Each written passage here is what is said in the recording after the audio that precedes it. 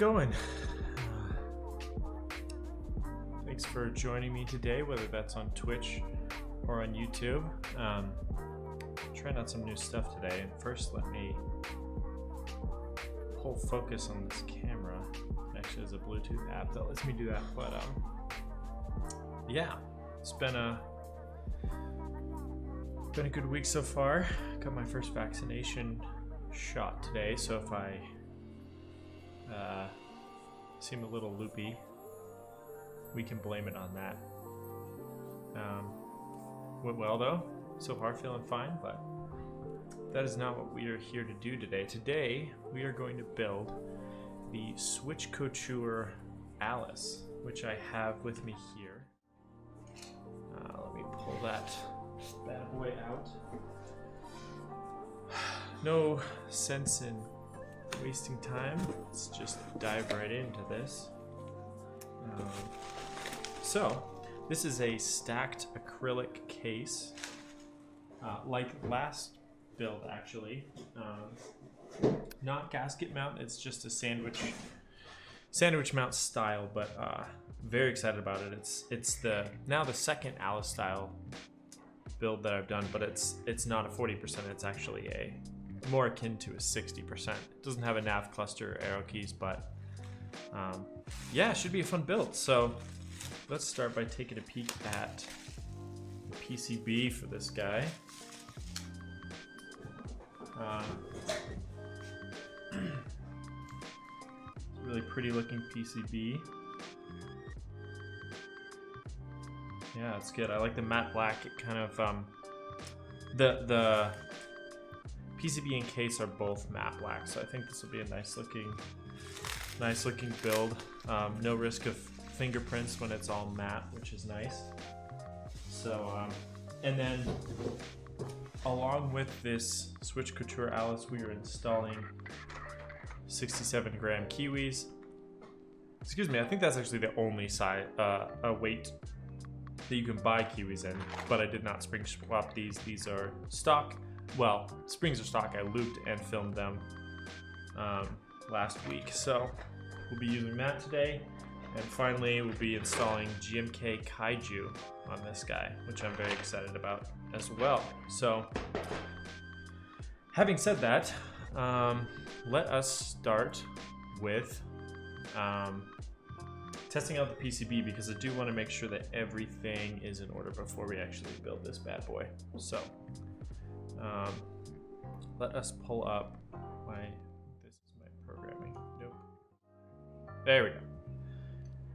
My programming interface, as well as the tweezers of testing. So, hold on, a bit too hard. There we go. It's a really pretty PCB. I think I have, let me let this rest on the ground. It keeps making the Windows disconnect sound on me here.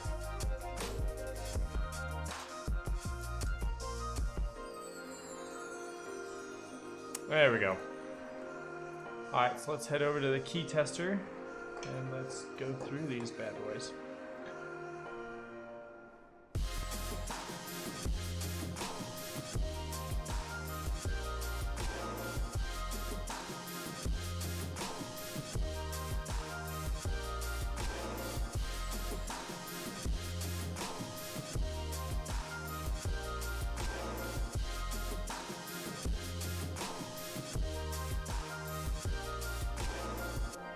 Interesting. These three are mapped to this space bar for some reason, but they work, so we'll change that later.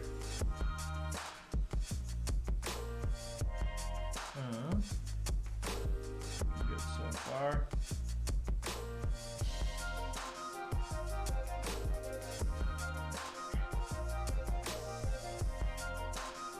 Interesting. There's some pads right here for a reset switch that is not installed as far as I can tell. Huh. There's pads on the bottom as well for a reset switch that have solder on them, but soldered to them, which is interesting.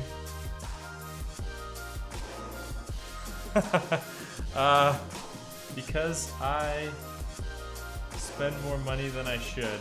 That is why.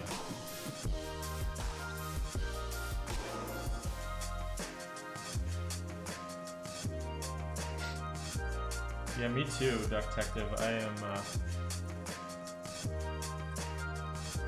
I've always liked at least the aesthetic of an Alice style board, and the only other one that I've built is that 40%, which for me as a software developer is a little bit impractical to use as a daily driver, but a 60% with some good layers on it that make it more usable is definitely a bit easier of a sell for me. So I think should be able to get away with it a little bit easier. Okay, everything seems to be in order. So one interesting thing I noticed, because I did open this up and look at the PCB already, was that this right here. Let me switch views, and so you can see it. It's right here. You can see these 3 holes. These are labeled on the board here as the caps lock, num lock, and scroll lock LEDs. And in the case, you can see that there are corresponding holes. So I think I'm gonna try installing LEDs. I did take measurements on the holes in this case, and they get gradually smaller with each layer, but at the base, it's a 4mm hole that's 9mm tall. So I should be able to easily fit one of these LEDs in there. So we will see. I'm not sure yet if I'm gonna go. I'm probably gonna go with this size, a little bit bigger, but I'm not sure if I'm gonna go like 1 red, 1 green, 1 blue, or all 3 red, or what. Probably all 3 red, but we will see how I'm feeling at that point. And hopefully they actually work, but yeah. Anyways, that is the plan. Let's zoom this guy back out. All right. And then I think the next thing I want to do is get this, the LED soldering. Hopefully that'll go reasonably smoothly. Let me just try dry fitting one, because they do have, these LEDs have a little spot in the stem that's slightly wider. And so I'm hoping that it fits through just fine. Yeah, I do agree 3 colors would be an interesting look. I just need to decide. Yeah. Maybe what I'll do is I'll solder one up on the caps lock key, because I don't even think that this has a num lock button or a scroll lock button. So unless I can reprogram those, you'd never even see them. But I'll solder one of them into the caps lock, and then we can test that and decide if I want to full send on that guy. But it's looking like I will need to trim these stems a little bit in order to fit them in, but that's fine. We can do that. So I'm going to start by disassembling this case. The other cool thing is I ordered this in black, but they did send me, maybe I'll just put the LEDs here. They sent me extra hardware that is black, which is good, because when I first opened this and I saw the silver screws in the black PCB, I was like, yeah, it is VIA compatible, so it should be relatively easy to reprogram them to. Ideally, they'd be for like if I was shifting onto a layer. Let me pull up the listing that they have. The nice thing is this board is not a group buy, so if you want it, you just have to wait. I think they have a 6 to 8 week lead time at the moment, which honestly is super reasonable in the keyboard community.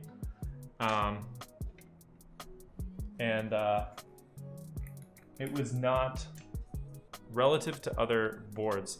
I guess we'll see how it sounds, but Switch, Couture, Alice.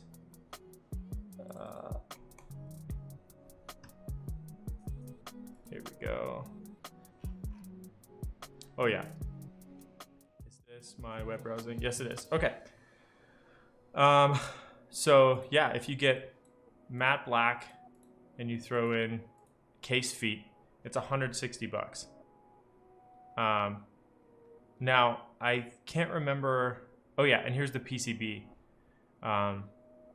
So combined, you're looking at like just over 200. So 6 to 8 weeks, $200 for the PCB and the case is actually a pretty solid deal in my opinion. So very happy with it. And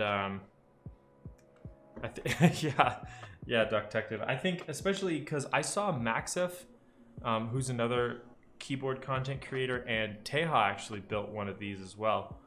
Look what you've done. So just having seen those videos, I was like, ooh, what is that?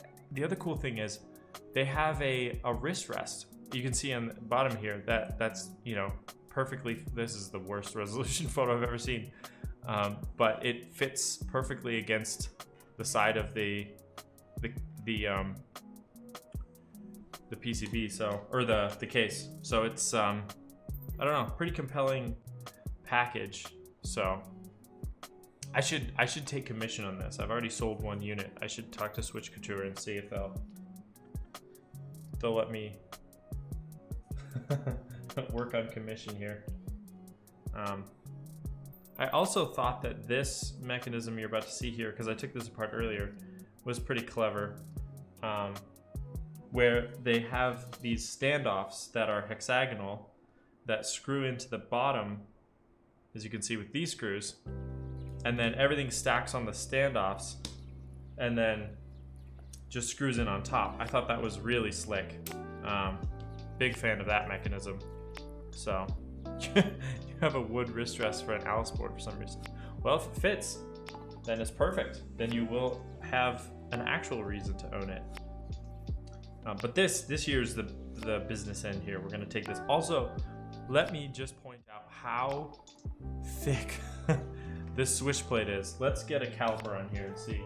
I'm used to like 1.6 mil, you know, but this guy is 4.6 millimeter, 4.7 millimeter switch plate.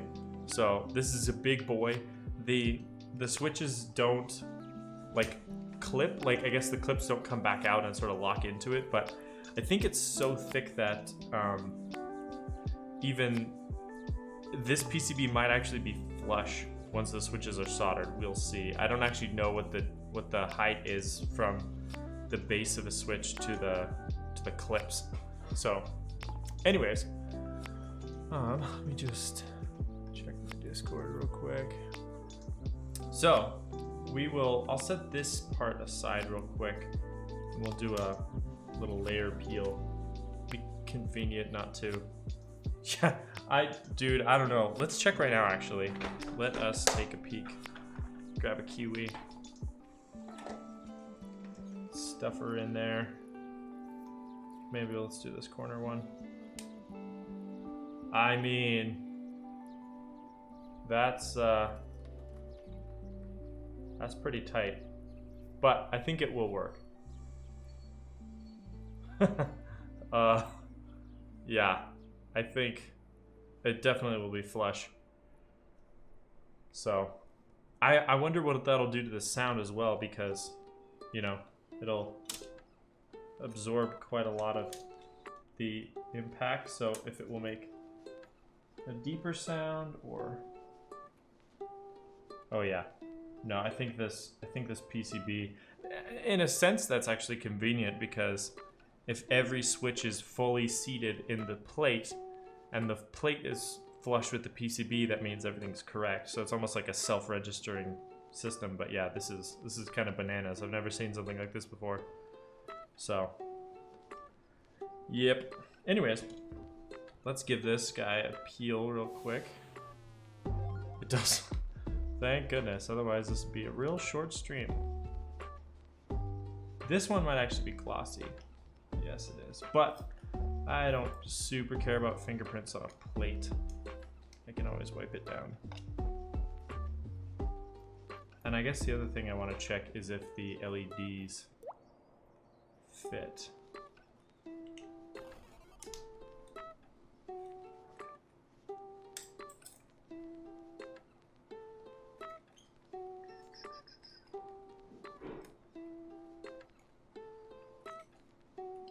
In these holes here.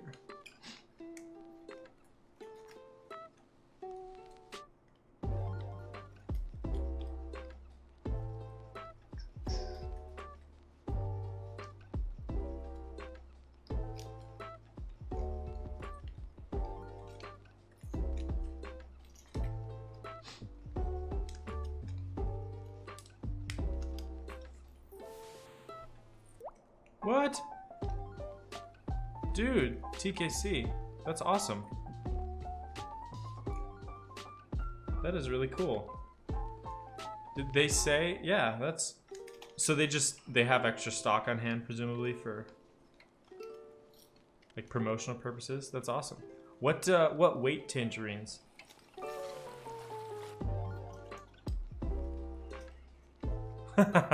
Yeah.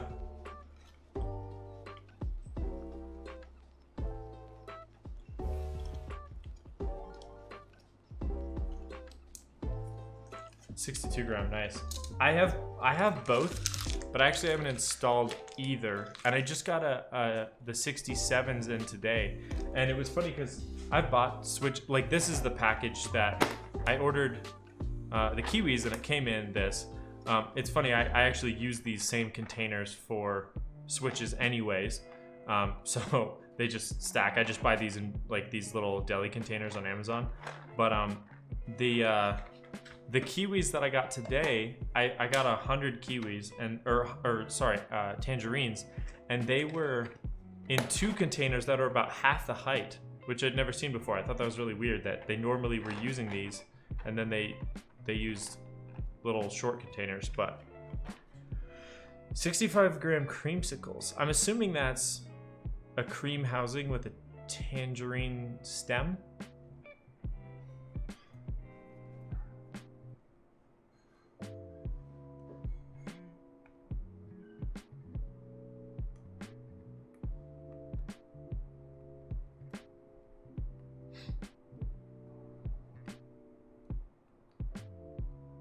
Tangerine housing with a cream stem. Okay.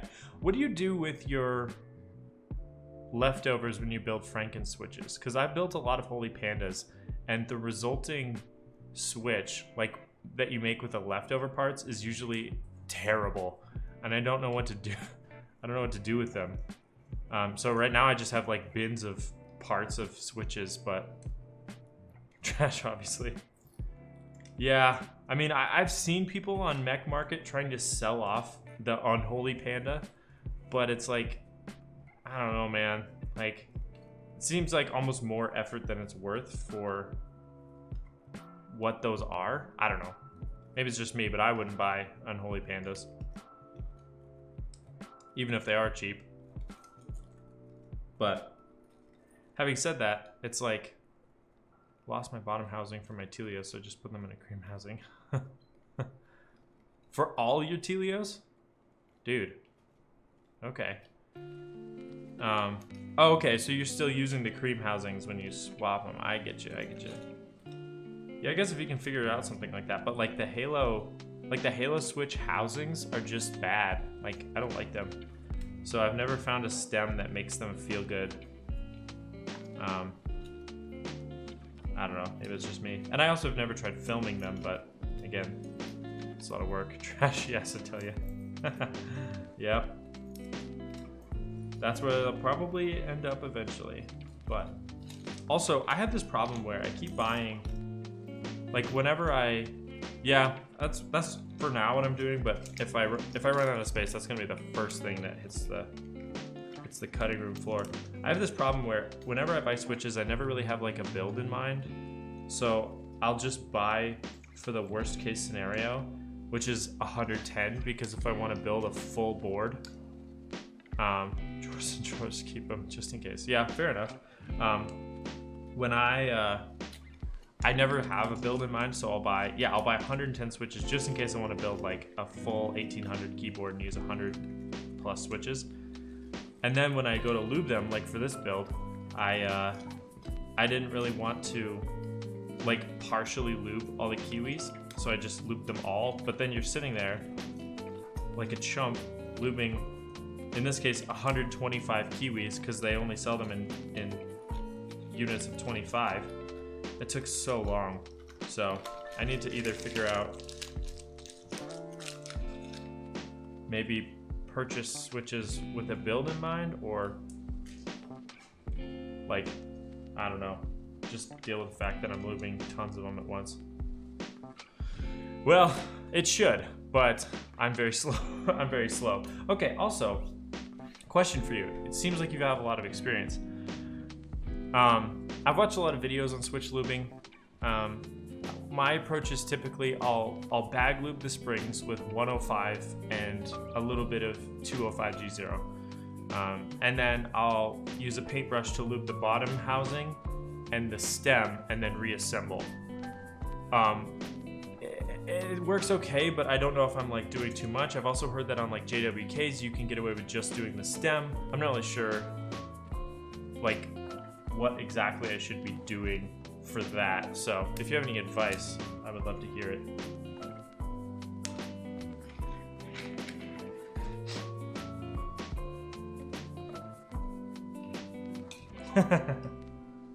Homer was one of the first people who followed me, actually. I don't even know how he found me, to be honest.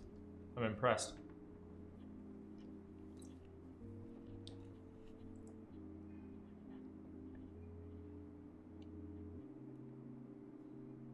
Bag lubing is something that was once a thing for the stem and the springs, then people found good grease and it went away. Interesting. So do you lube the... Yeah, fair enough. Do you lube the springs at all with, like, just with a paintbrush, or... Because I don't know. Spring ping is like my least favorite thing about switches, so...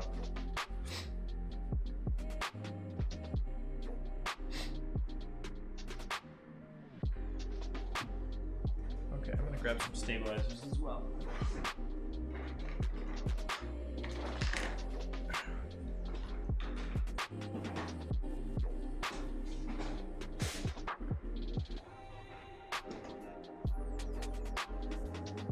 Okay, thank you, Homero. Appreciate it.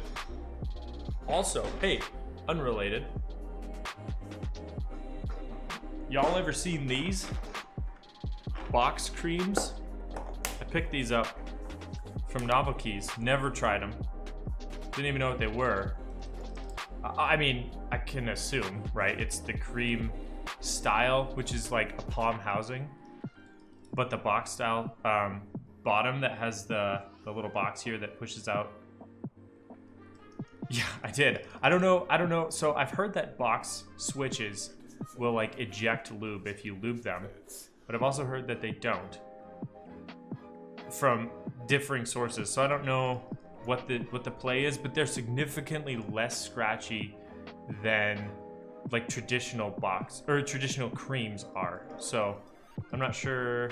Yeah, I've been sitting on these. I'm planning to rebuild a pre-built keyboard that I bought with these, but I'm not really sure. I tried putting a film in them, but like normal creams, these are actually super tight housings, so they didn't really benefit from a film at all. But anyways, at some point I'll deal with those, but today's not that day.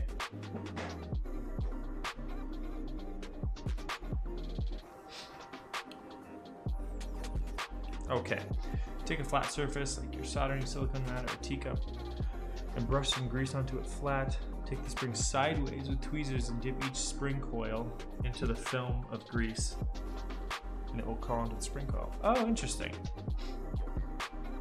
First step is bottom housing. Okay. Interesting. Okay.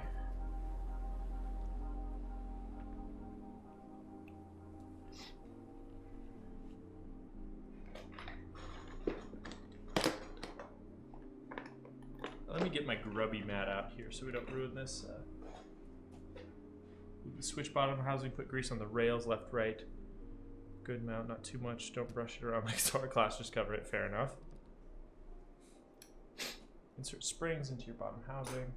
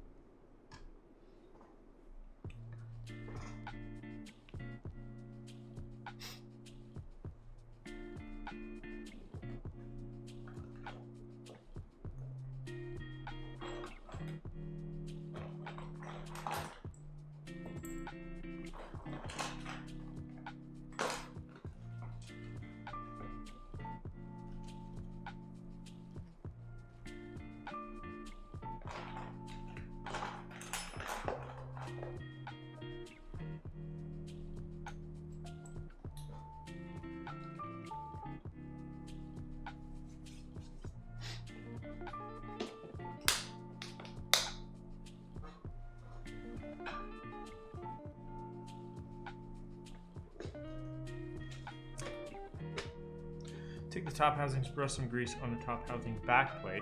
Okay. Oh, I do have the Tofu 94. Yes. So, okay, so you don't even lube the stem.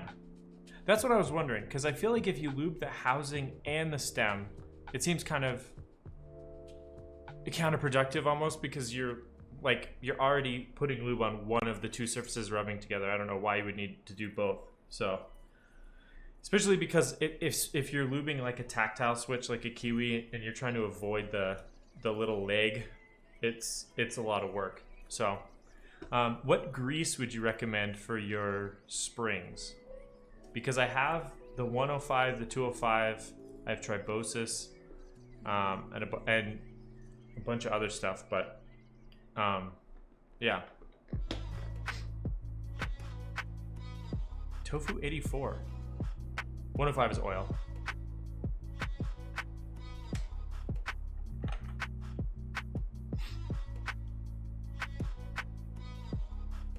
Yeah. Yep. Yeah. So I have this is the Crytox 205, and then I have it's currently. Oh, here's some Crytox grade 2, so it's super thick, and then this Tribosis 3204, standard 205. Okay. And then I also have this dielectric grease that I've been using for stabilizers, but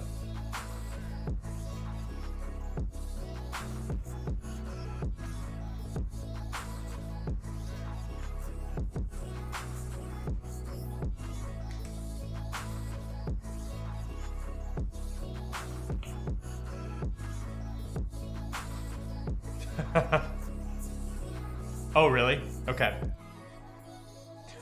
So that's what Ducktective was saying before, was that he uses 205 on the. Oh yeah, yep.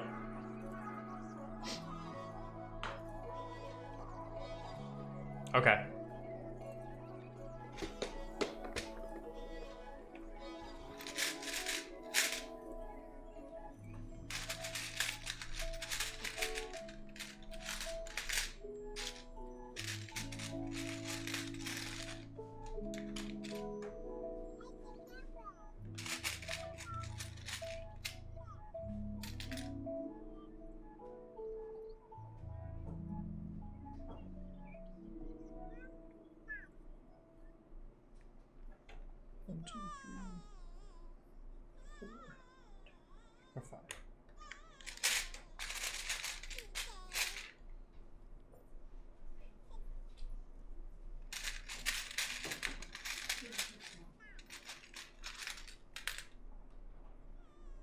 Oh, interesting. Okay.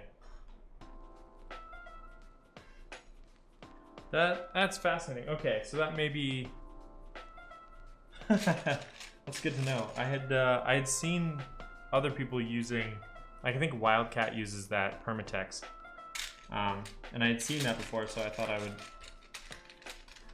try that. But I have noticed that anything that I use the 205 for seems a little bit better.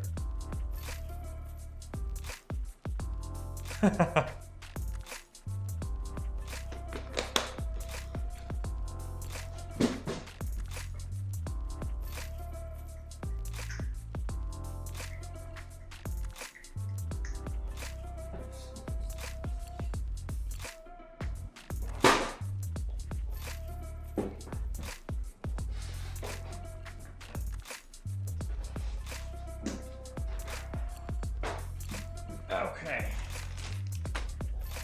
I also have some of these stabs from C3. I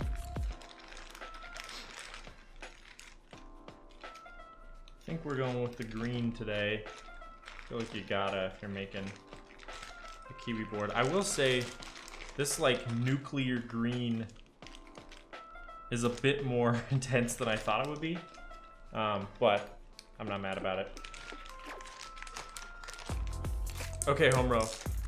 What's the play then here for a stab? Because I've been using the Permatex, but just brush it on the leg with the paintbrush, same as I would.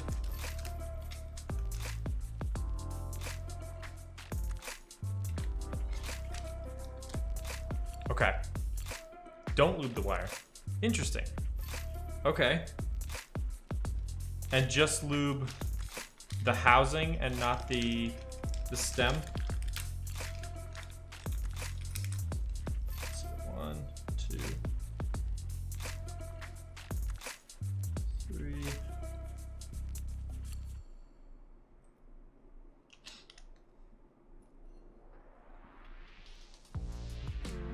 Are they? I have not actually used them before, so this will be an adventure. I usually use Durox stabs. Tight as in they can lock up on you, or tight as in they're awesome. Thick brush outside of the stab housing, fill up the inside of the stab stem, especially the back where the end of the wire hits and the top of the stab stem. That's where the sound is generated, the rattling. Just put a tiny bit on the elbow clip. No 3-hour brushing. Okay, perfect. Gotcha. Okay. All right. Well, we're gonna try it. The pressure's on. Also, I think they sent me an extra housing. That's funny. Because unless I'm miscounting. Also, these wires are not even remotely close to the same color as these housings, which, not gonna lie, that's a little bit disappointing, but it's fine. It is what it is. Okay. Actually, do I have black wires? Maybe I'll use those. That might look a little bit better. I do.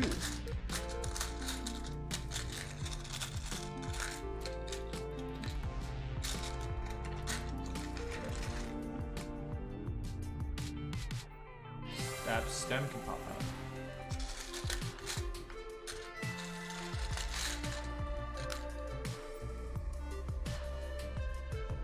That'll look better.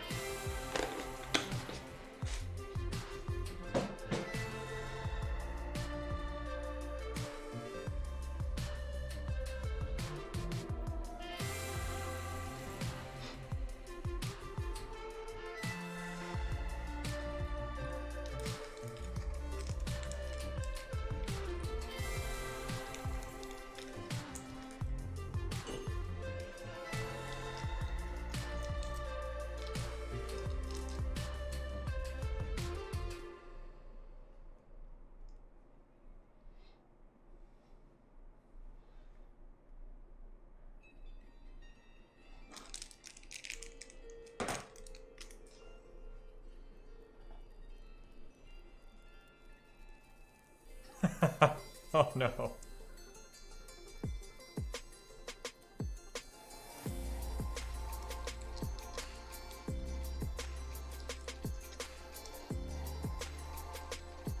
Also, it comes with these stickers, and I know they're for sticking them on the PCB.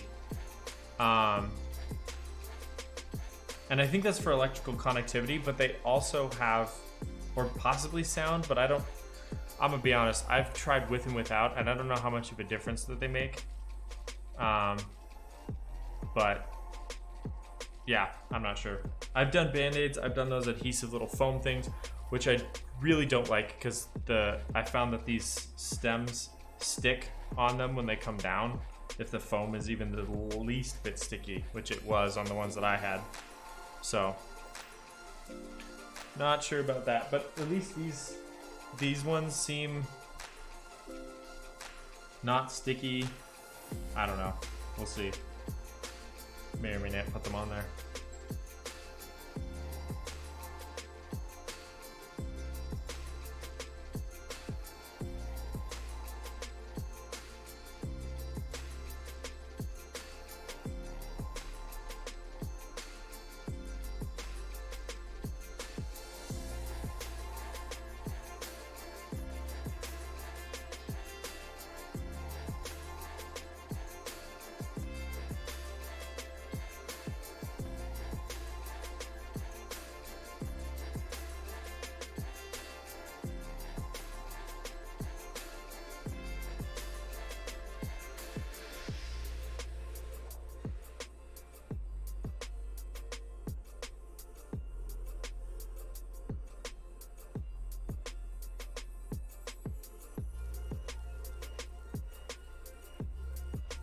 Extra foam from the desk. Yeah, see, that's the one that I put those. Or were they desky? Extra foam from the desky films. You mean like the switch films?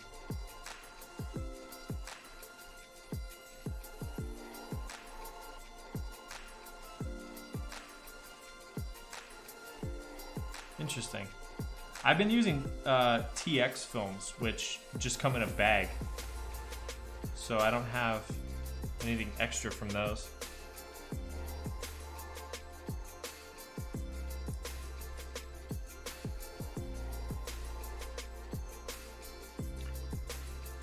Yeah.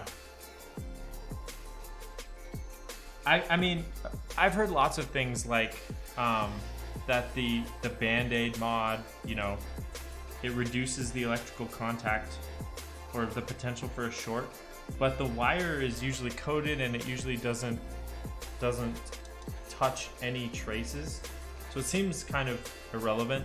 And then I think it also had to do with, you know, before people were clipping the stems or like the little feet on the stabilizers, like the cherry stabilizers, it would reduce the noise of those things hitting the bottom, but these are pre-clipped, or I guess they weren't even molded with the feet, so that also seems irrelevant, so I don't really know. Oh dude, unlimited switch films. That's nice. Do you know what thickness? Because I've also seen a lot of differing opinions on that. I use the 0.15 millimeter ones from TX, but I know there's some that are like up to like 0.3, but they're squishy, so they'll compress, and I don't know. Nice.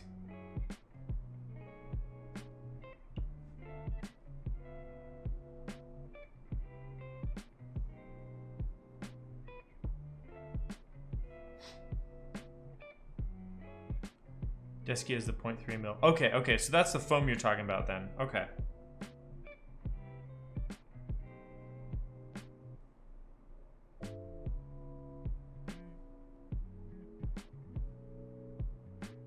Sure.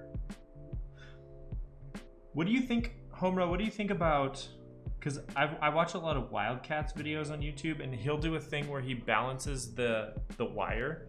Like he'll put it on the back of like a phone and tap the legs to see if they match. And I know Nathan, like Teja, has said that he doesn't do that, but I don't really know. I don't know. I've generally found that wire balancing, I don't know. I've never done it, I guess, is what I was saying. So I don't really know.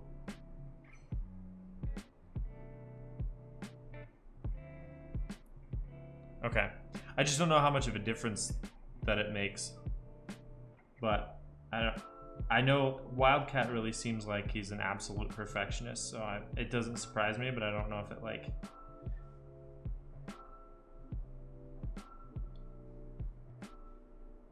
It's a good idea.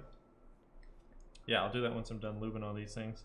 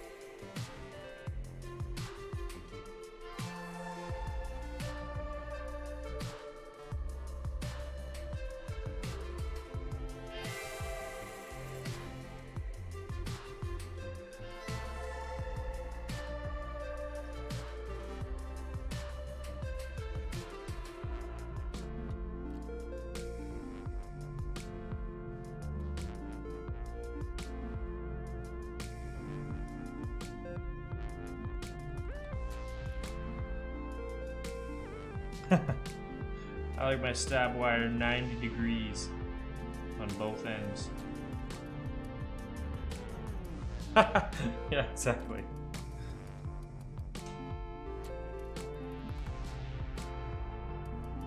I like my keyboard to be a challenge to type on.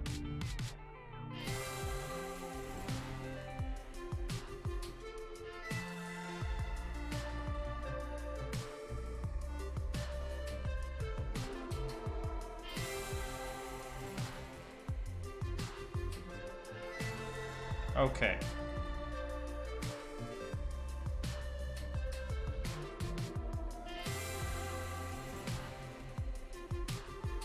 So these are all done. Let's just check, just for fun. Well.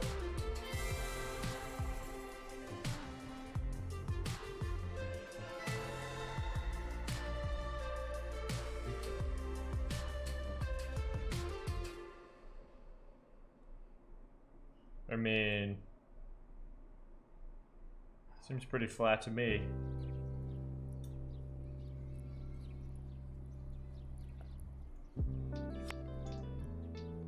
Also, the case is not doing me any favors. It's the way that it's tilted, but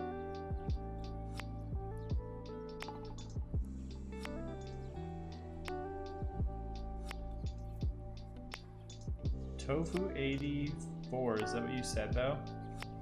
Ducktective? Forgot to circle back to that. Also, am I missing a wire? I thought I had 5. I need 5. What happened to him?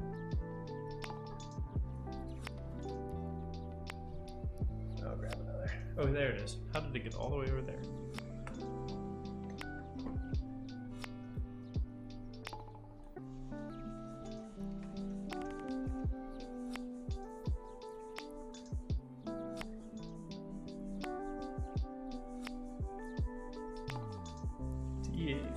Interesting.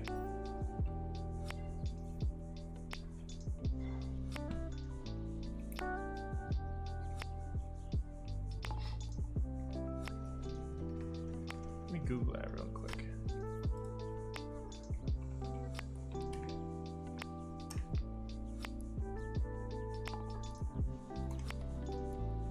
Tofu 84. Interesting. So it's almost a competitor to the KBD 75 in a sense. Honestly, I would totally take this over I would take a Tofu over a KBD 75. Rebalanced. Charge you a premium for it too. Wow, interesting. Okay.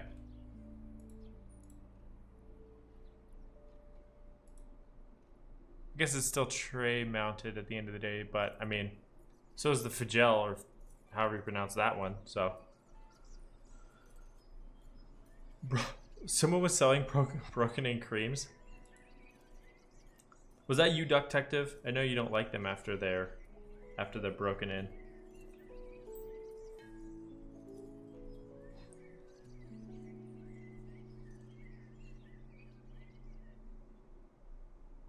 I'm calling you out here on stream today.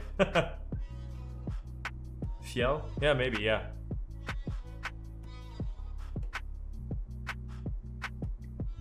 The inside of the stab stem, especially the back. Okay.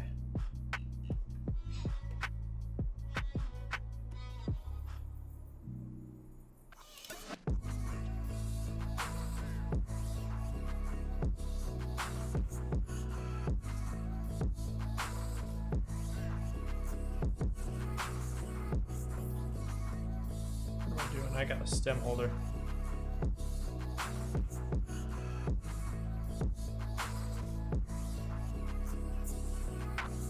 So I guess jury is still out. Do I lube my box creams or just let them roll? And I can open one up too and show you what they look like inside.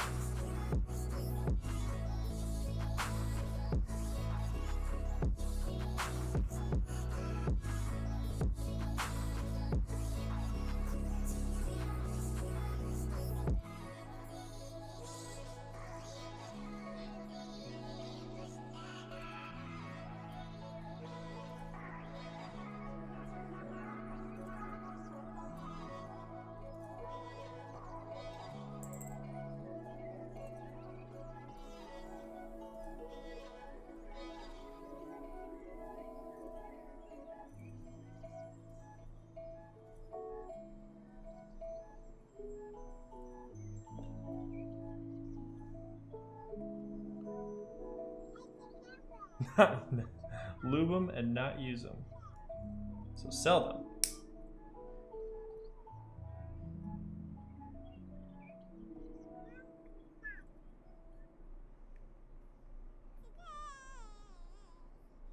Okay.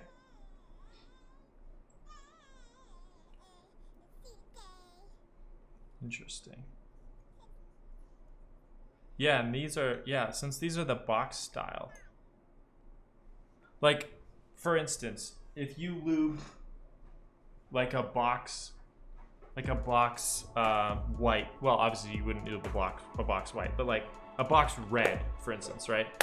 Or a box brown, they say that it will eventually eject the lube out the thing that makes it IP certified, whatever that thing is, the box in the bottom. But I've also heard, like, Apiary has said that doesn't happen, so I don't really know if that's true or not. But as far as stock ones go, these don't sound that bad, so I don't know. I could see myself avoiding lubing them. Oh, Automod, it's cracking down.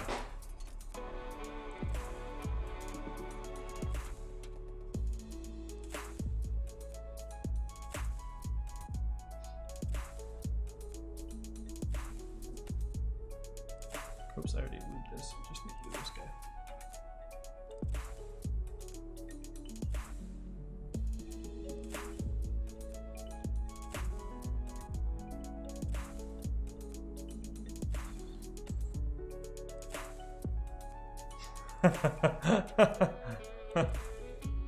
That I don't know.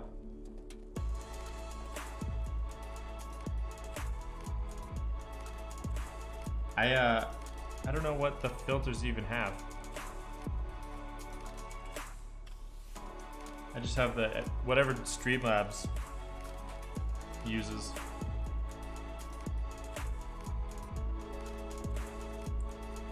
You fill it literally out. Okay. Oh, with grade 2. Okay, okay, with this stuff. Interesting. So you would just, I mean, this has the fine tip, so just like fully squeeze it into the stem here. I can try that.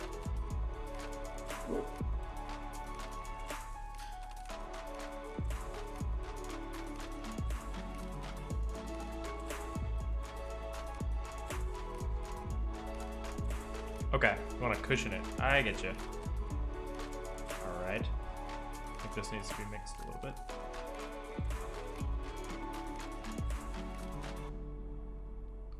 Good thing we're using grubby matte.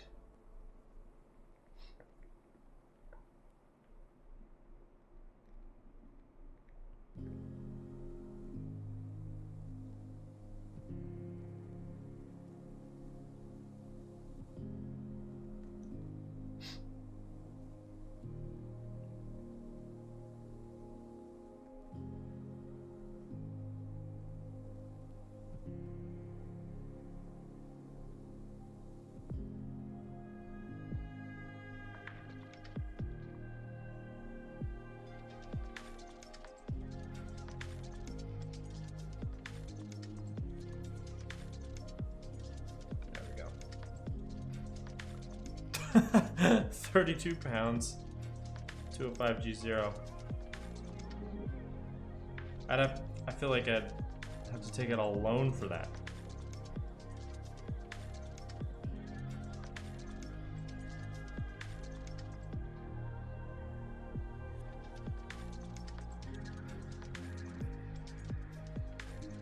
Oh, okay, interesting.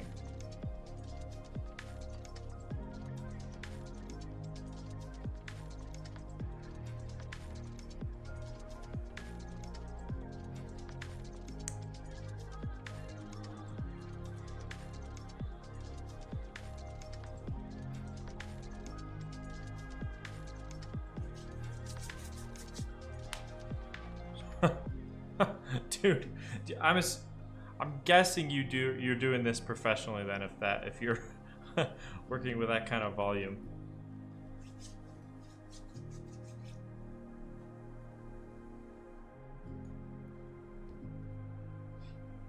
All right, I'm just gonna go for it and try these stickers, because worst case scenario they do nothing, I suppose.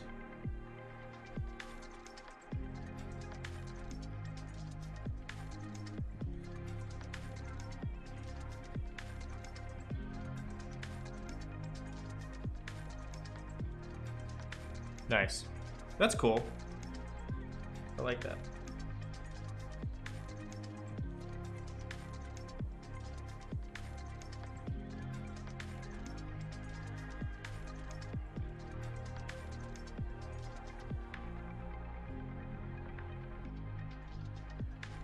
It's kind of nice to have a partnership like that.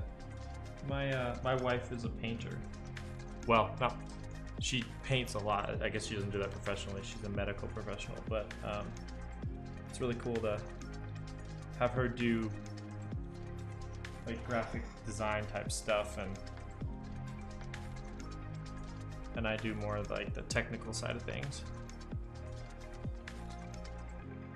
We screen print a lot of t-shirts, and I really like the I really like the sort of creative process of, or the chemical process of screen printing. I think it's kind of a fascinating, like, old school thing. But so she'll do designs and I'll prep the screens and do the emulsion and all that.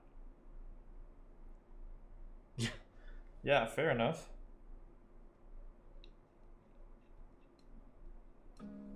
Dude, software, it's a good job to be in. Can work remote. You're paid pretty well, so you can build keyboards on Twitch, which is nice. All right, let's try out. Whoops. Let's grab a 2U key out of this set so I can test out.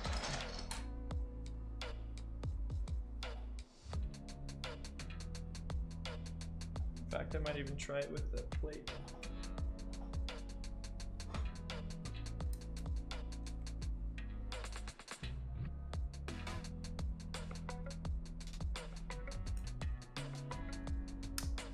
Yeah, dude, totally. Screen printing is very much like that. I have darkroom bulbs in my garage right now, just to not burn out my, or solidify my emulsion early. Very fiddly though. It's easy to mess up a burn. Let's use this guy. Sounds good, Duck Detective. Thanks for stopping by.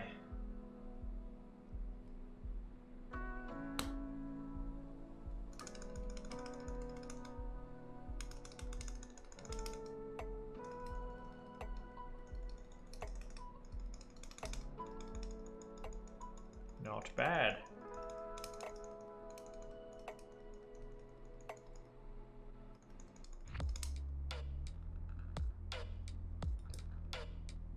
Sounds good, Homerow.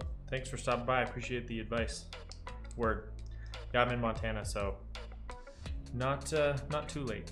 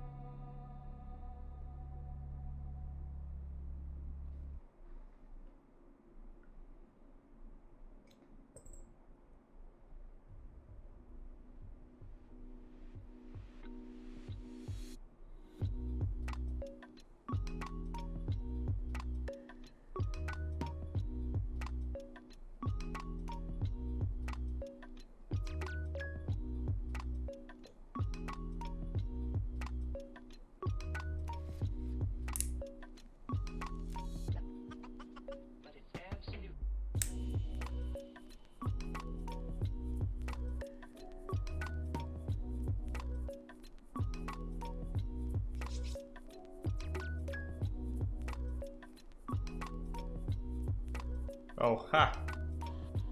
That is sorely inaccurate. Sorry, Drew, let me update that.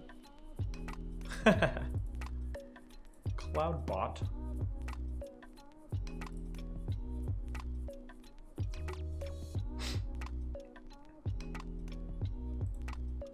Hello?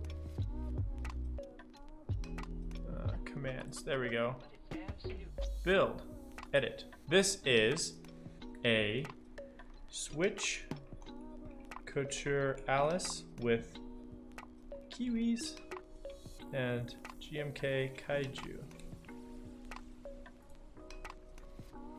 How's it going, Drew?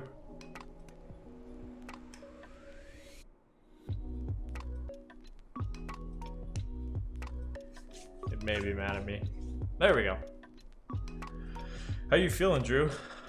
I'm actually not feeling bad after, I don't know. I guess I thought I might feel terrible by tonight. But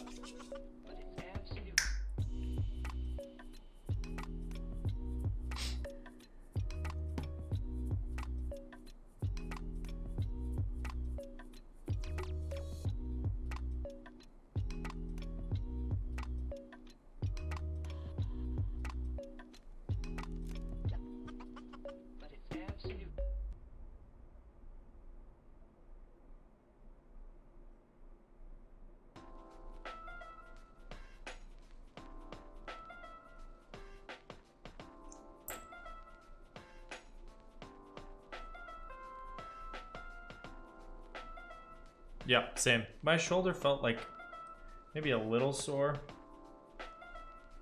but even that feels like it's subsided a bit.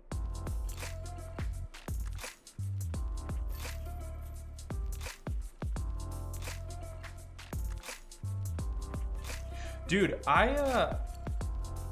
so far so good. I think I mentioned earlier, but like the first build that I made, which was last stream, was an Alice board, but it was a 40%. So just it feels really impractical to use it for work. This one has at least a number row, so I mean, still kind of ridiculous, but also at least for me, a 60% is a little ridiculous. But if it has 3 extra keys on the side, and so I think it's gonna be a lot more practical. So yeah, we'll see. Also, I'm building this with kiwis, which are tactiles. So you know, I'm just very partial to tactile switches. Do not want that to happen.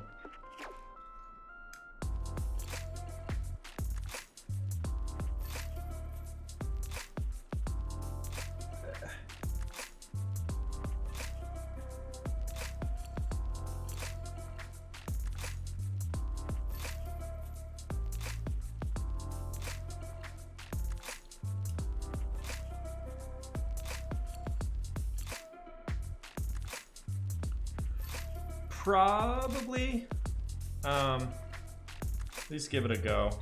I usually I tried an Ergodox at work, and it legitimately made my wrists feel better, but I was like markedly slower at doing things I used to be really fast at. So I think just for the sake of company time, you know, if this is slow, I'll probably switch back to my daily driver's actually been the Epic that I built a couple streams ago, and also there's a board that I got on the pile. Oh, looked like we froze for a second. There's a board that I got on the pile of things to fix that is a 96% tofu. So once I fix that, I just need to straighten some switches on that guy. And once I get that done, I'll probably go back to that guy if I'm not like fully on board the Alice hype train at that point. You know what I mean?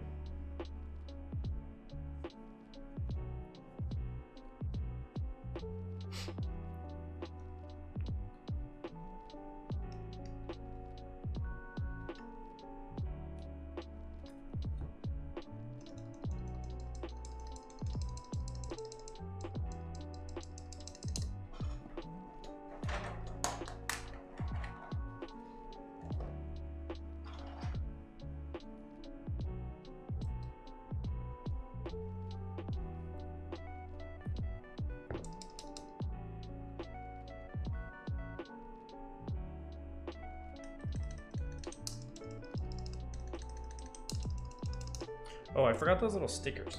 This will be an interesting test though. It's a little bit rattly. Kind of sans stickers.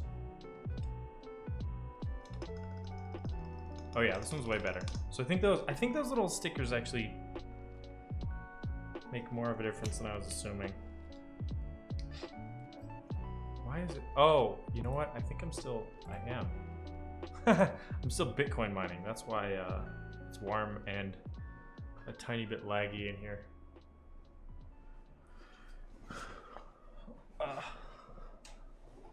You know, I think I'm wearing the same thing I was wearing last week. I just realized.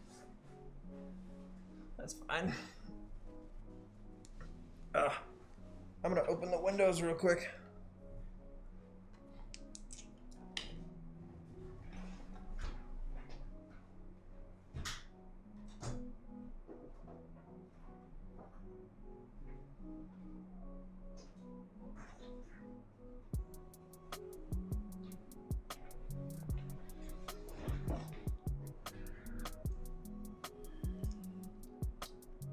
All right, hey.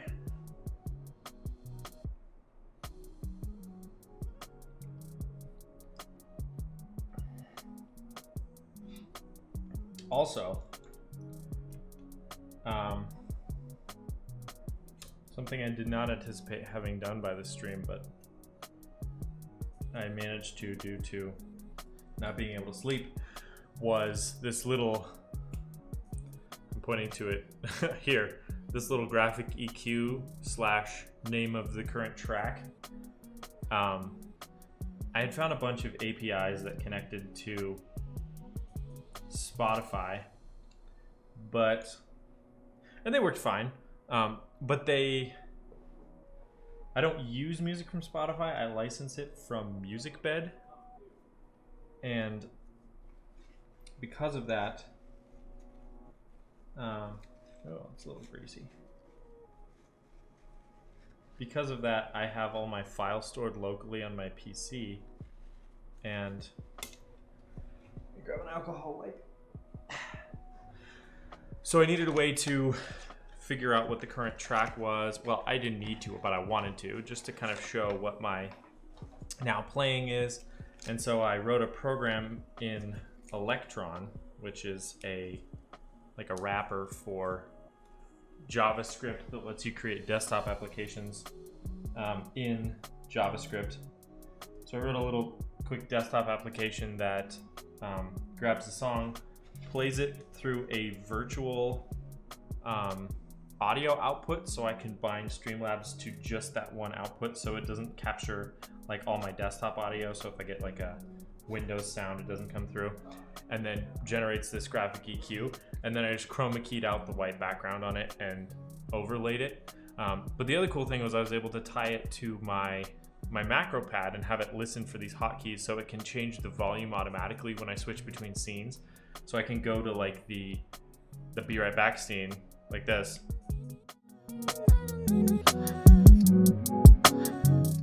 and it automatically adjusts the volume for me when I go between scenes, because it's listening for the same hotkeys, which is kind of handy. So yeah, that was a fun project. I should probably check it into my GitLab, so if my computer dies because I've stressed it by mining, I won't lose all my source code, because that's currently the only place it exists.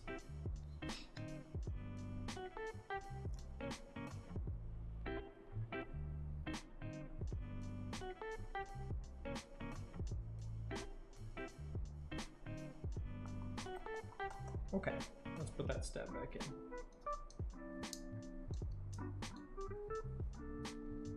Alrighty.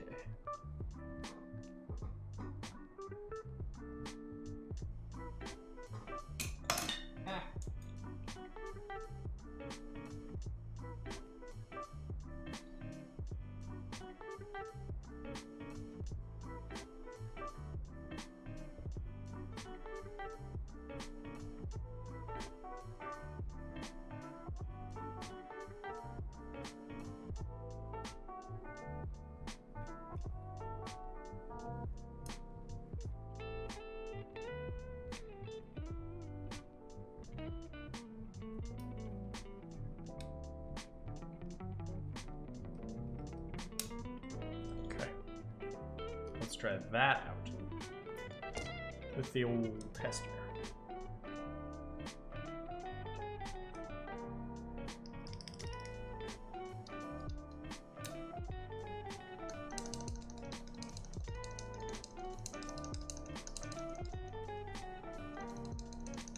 Not bad, not bad.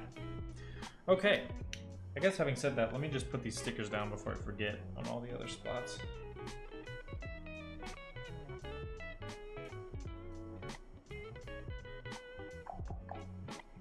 Make a decision there, don't I? Which one I'm doing.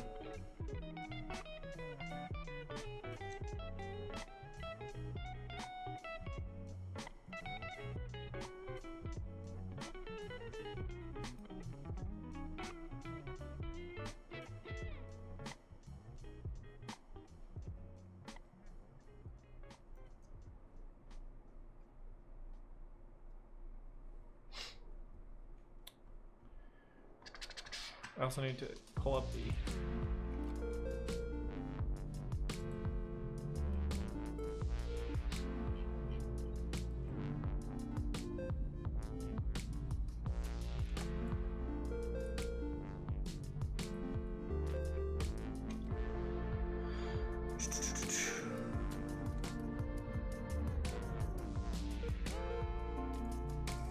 supported layouts. Aha, here we go, here we go. So basically, I guess this switch could either be a 2... Oh, interesting. Okay. Let's look up something else. 2.1, but that's not what I want.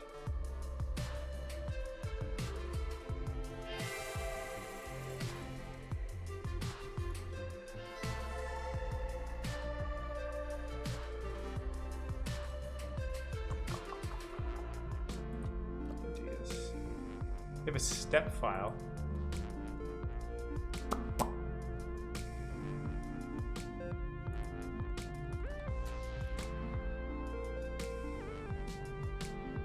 I think we'll go for,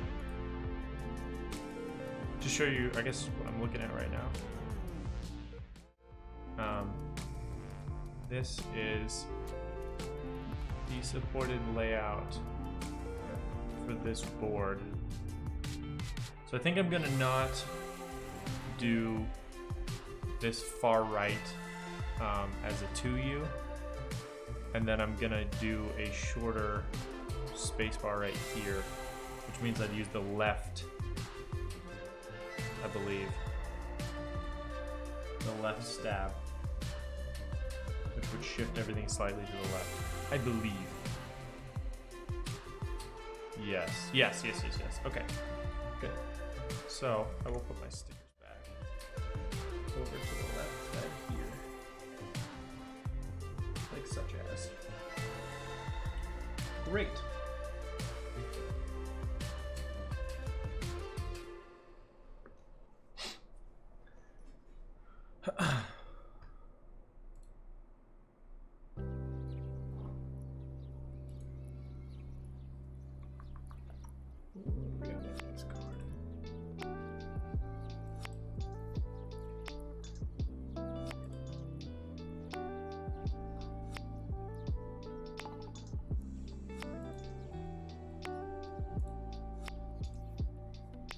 Alrighty. Moving on then. This is potentially the slowest I've ever assembled stabilizers, but you know, it is what it is. Got distracted a few times.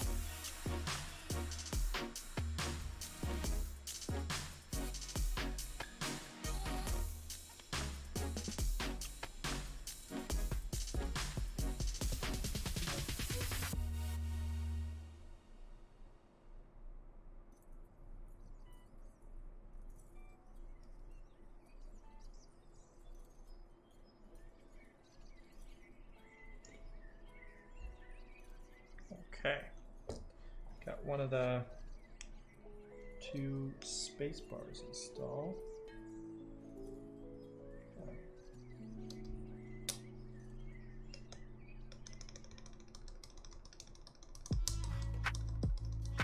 That's nice. Ooh.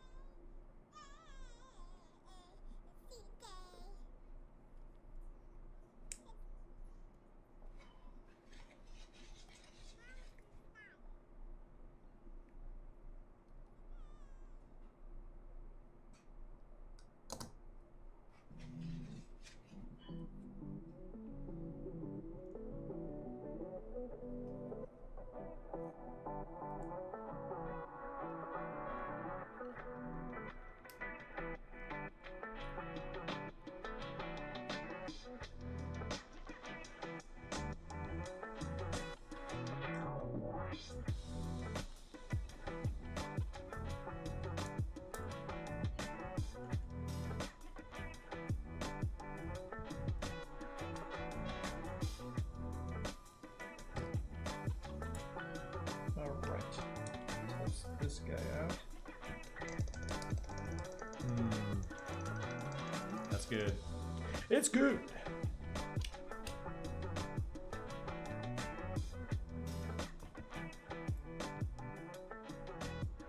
And then we only got one left.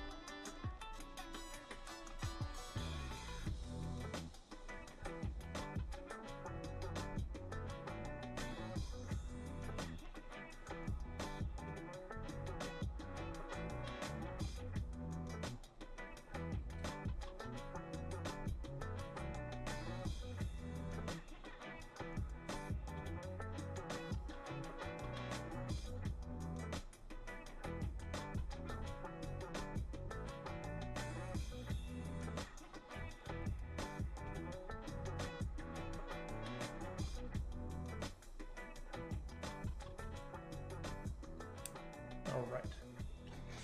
5 stabs done. Just gotta install this last guy. We'll be rocking and rolling.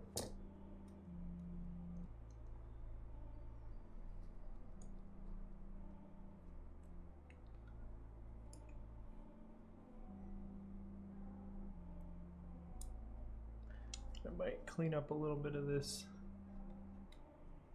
grease up off the board with some alcohol wipes.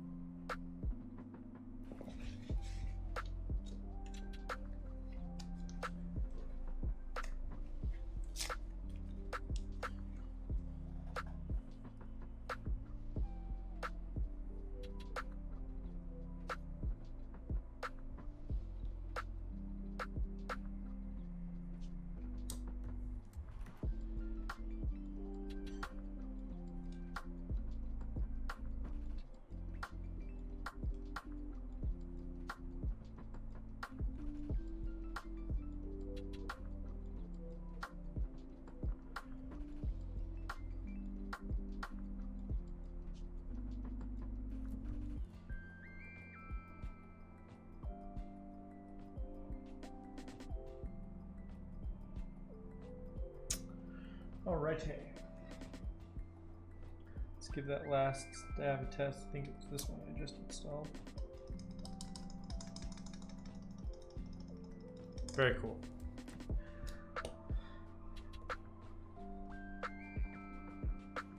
Alright.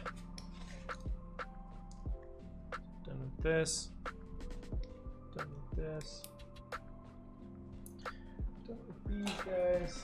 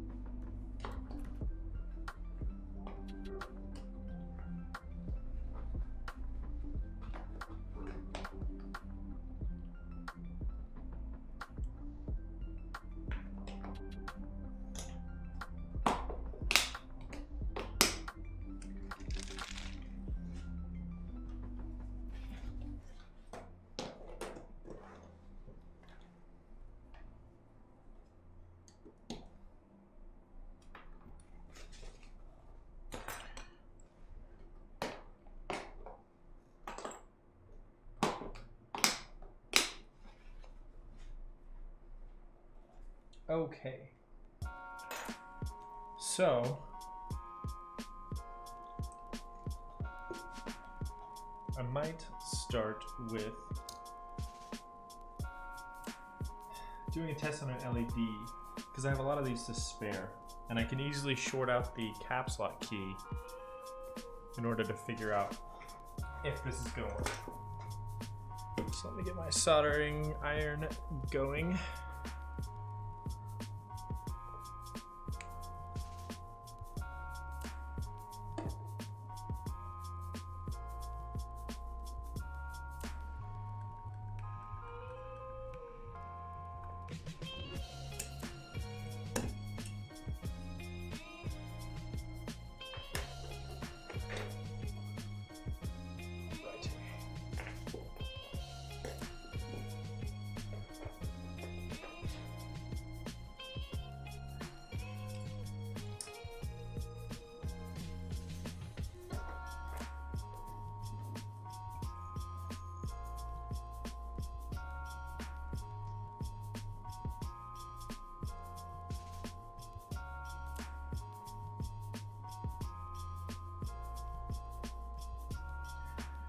Let's see.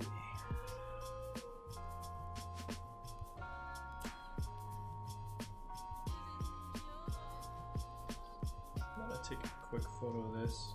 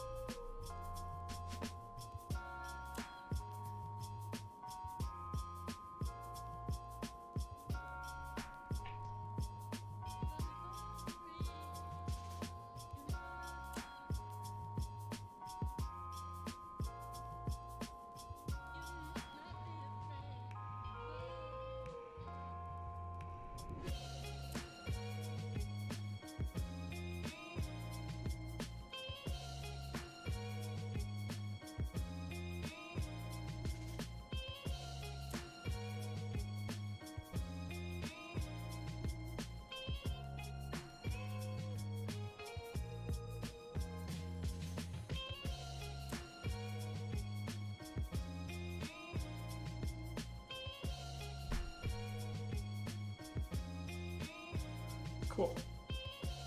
Alrighty.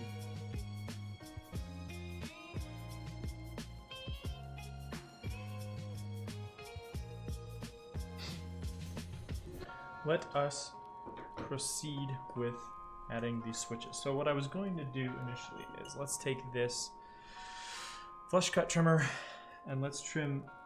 Let me zoom in so I can show you what I'm talking about. Because the PCB has holes for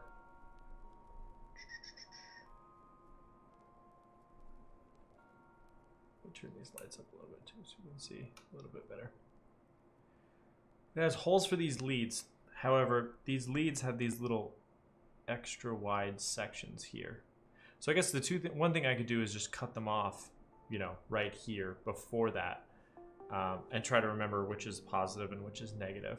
I believe on an LED, the long one is the positive.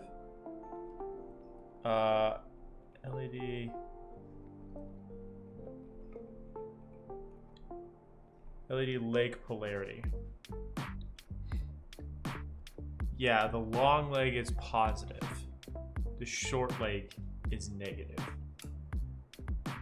And they're labeled on this PCB. So I think what I might do is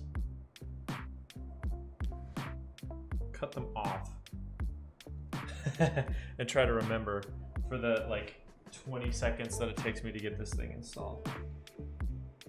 Long is positive, and I'm holding it in the correct orientation, so I should just be able to insert it. Let me also make sure that it fits. It does. It fits in the hole on this switch plate. So we're gonna try that. So it needs to go in this way. Okay, I can remember that, right?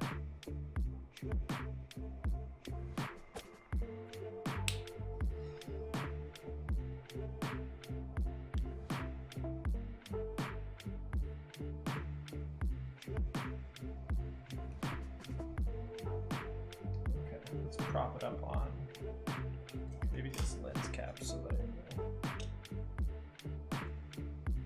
hopefully be a little bit easier to solder.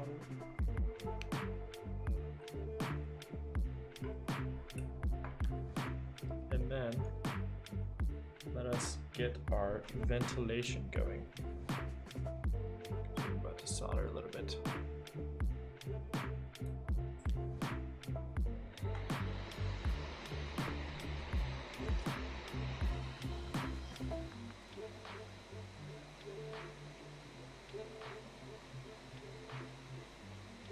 Okay, I got one leg soldered. So let me just check for straightness before I hit the second one.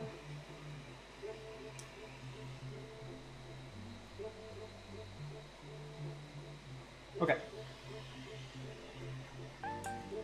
I think we can test this now. Oh my goodness, you guys couldn't see any of that. I just realized. I was zoomed all the way in and back. Well, that was a secret then. You don't get to see. All right. So we will plug in our untrustworthy USB cable. That's been giving me fits tonight. There we go. We'll grab the testing tweezers. Where on earth are they? Here they are. And let's try a caps lock. Oh, let's go. That totally works. Let's try it with the switch plate on. And actually, we can even test it with this top cover as well, which has a smaller hole. Oh, that looks nice. Honestly, I am a fan of that. I think this actually goes on before that. Dude, okay. We're definitely doing that. And I think... Oopsies.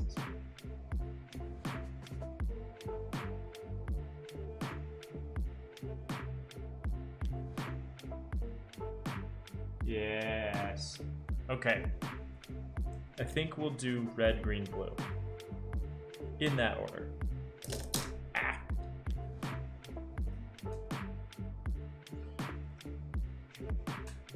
And then potentially figure out how to remap it later. You know what I mean? How would I do that? Does VIA let you remap LEDs? Couldn't tell ya. QMK lighting. Oh, lighting. There's a lighting thing. Macros, layouts. Let's actually plug it in, and I'll show you what I'm seeing.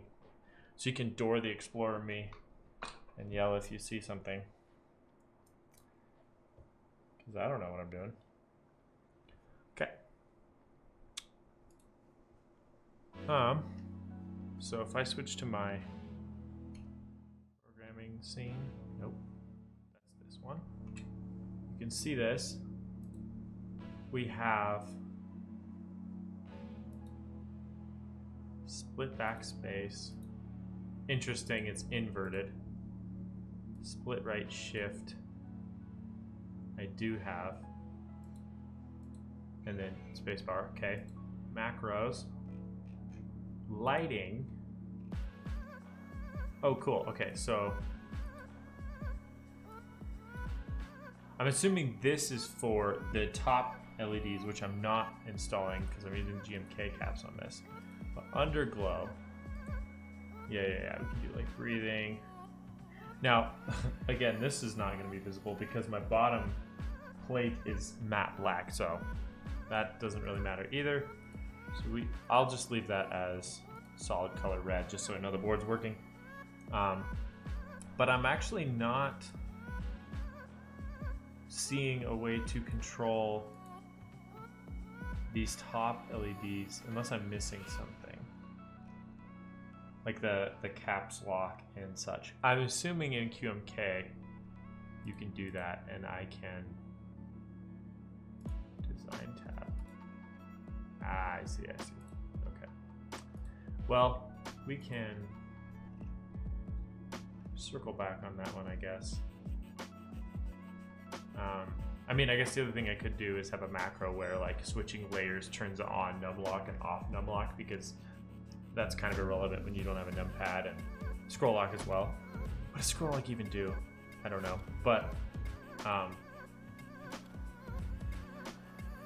we can figure that out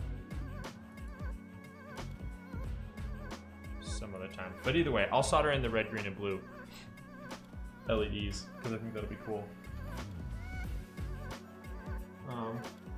This one's a smaller one, so we'll go with this one and this one. Okay. So let me not solder while the board's plugged in.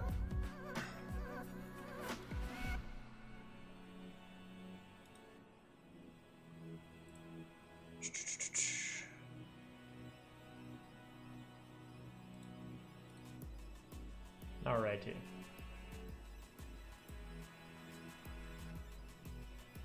Green will be next. We could either do red, blue, green for Ruth Bader Ginsburg, or red, green, blue, because that's the standard. So I think we'll do RGB. Sorry, my phone's on the table.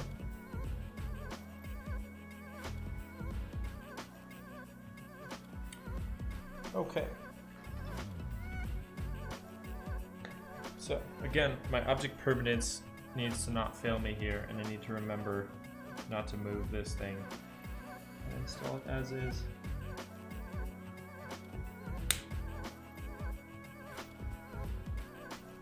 Ooh.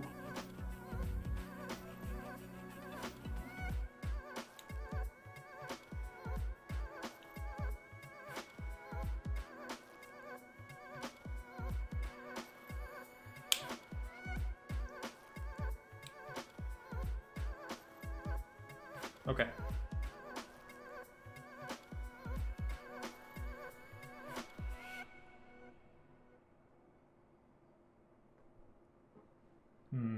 Just still a bit wide. Trim them up a bit.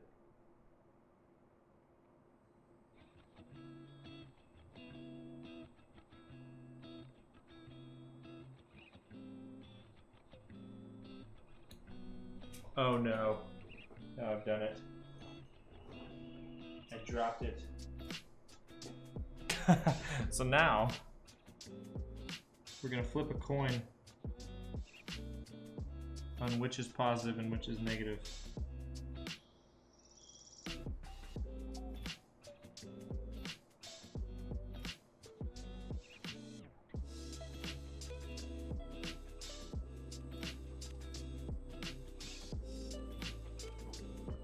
All right, I'm going with this way.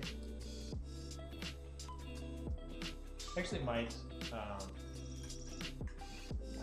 what I did last time.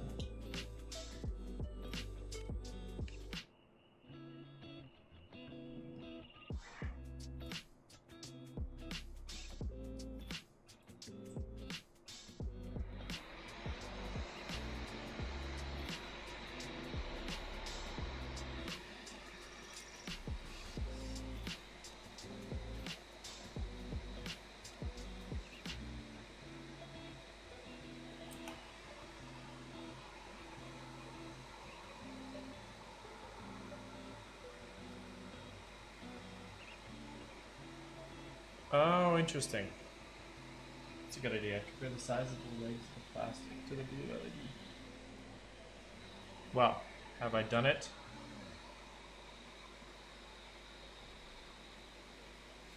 Yes, it did. Cool. Thanks, Drew. That was a 50-50 gamble, and I came out on top.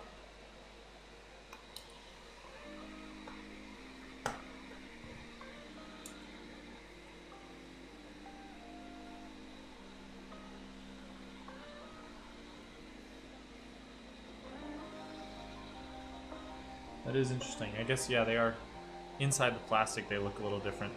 So I hadn't considered that before I just threw it on the floor.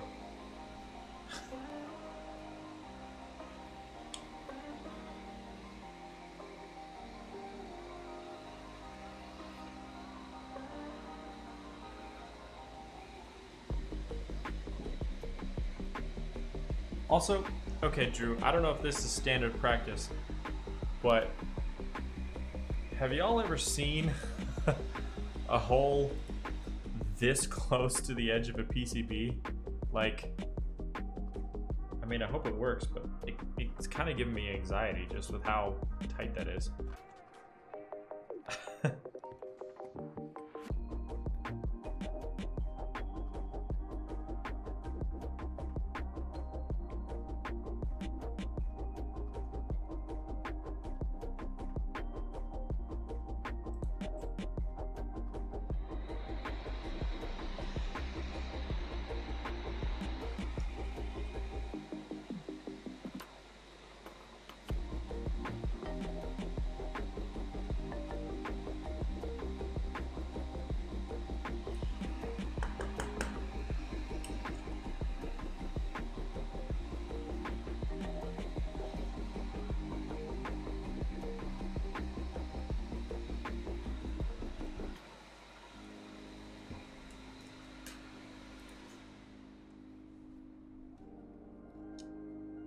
Hey, look at that. 3 LEDs. Sitting nicely in the switch plate. I like it. I like it a lot. Okay. Sweet.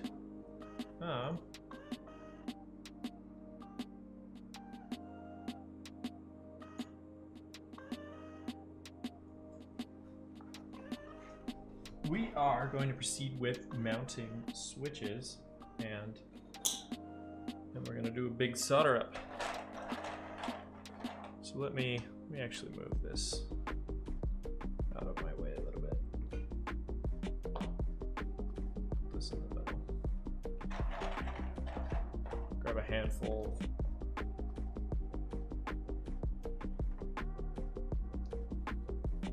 balanced breakfast.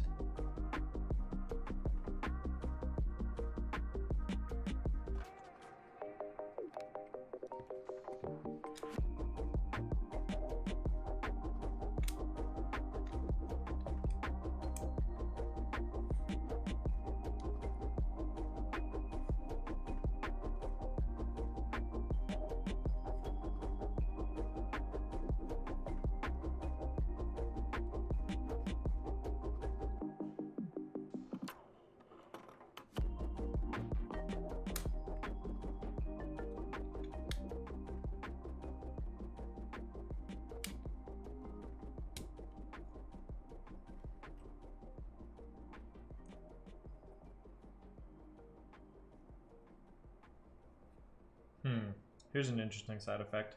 I believe these LEDs are slightly pushing the plate to the left, which is preventing, to a small extent, these switches from seating fully.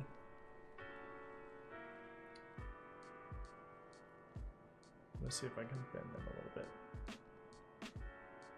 It's possible that these LEDs, due to the fact that they're not perfectly circular, are not necessarily intended for use in this plate.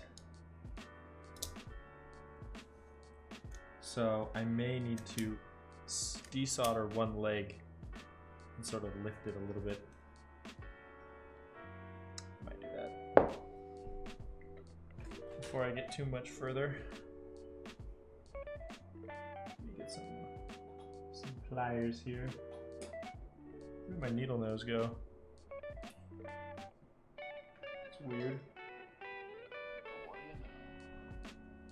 Oh well. I had an incident. Let me check over here.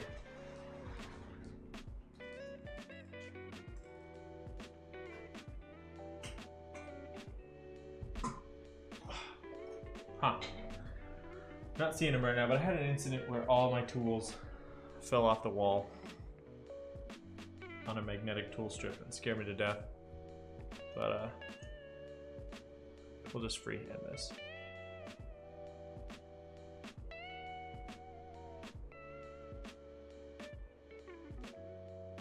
Yeah, there we go. Okay. That was slight. Hopefully impactful.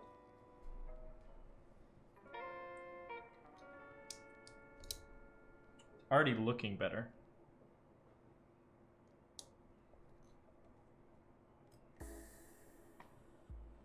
Oh yeah. I think that was the money.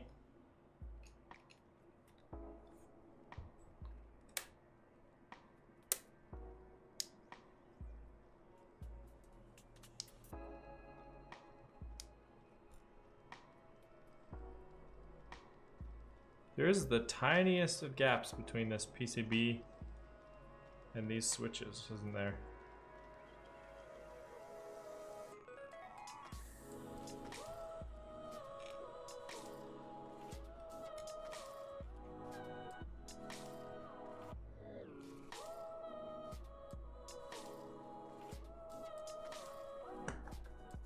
Okay.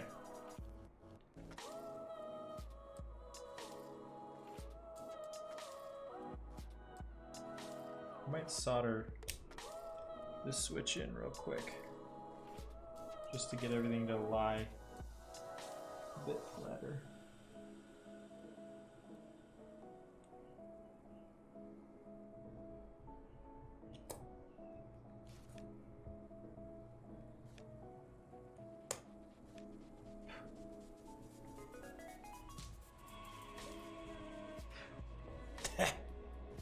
Fume extractor might be a wise choice here.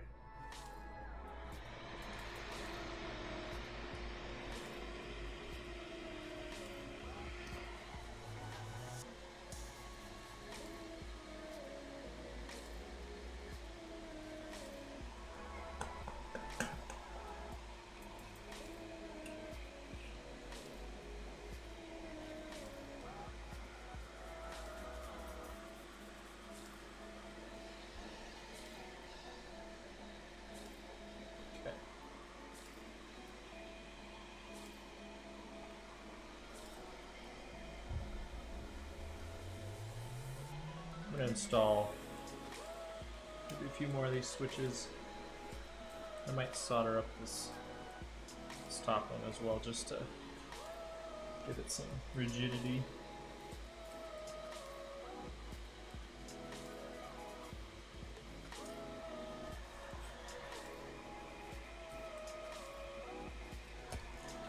It's looking good.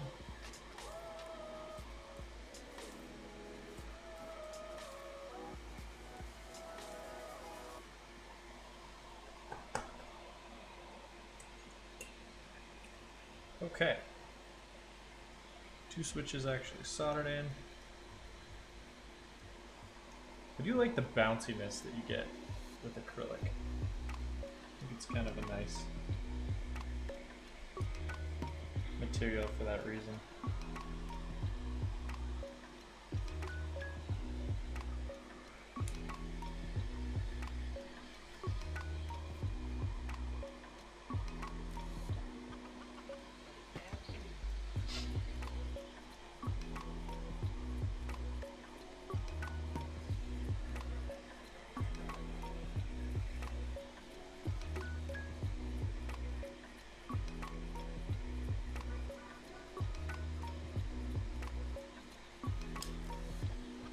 Okay.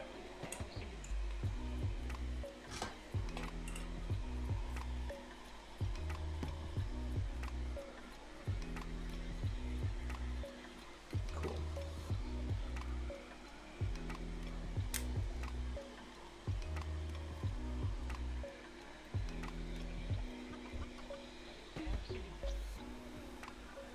Yeah, now these are going in. Nice. Still can't really get over just how thick and chunky this this plate is. It's kind of magical, to be honest.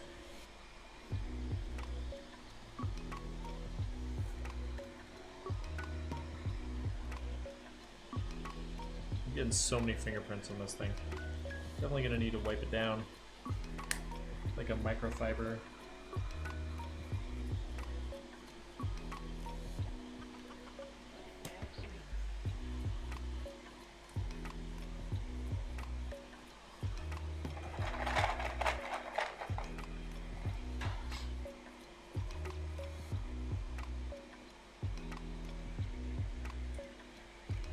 Also, I've said it before and I'll say it again, step caps lock is absolutely the way to go.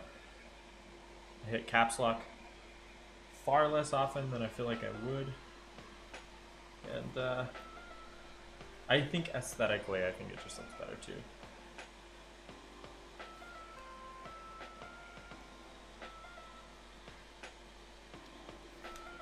Question is, am I gonna bleed on this stream? Because I've done dumb stuff to draw blood on two streams, the prior two streams, but so far we're doing okay. But you know, there's always time.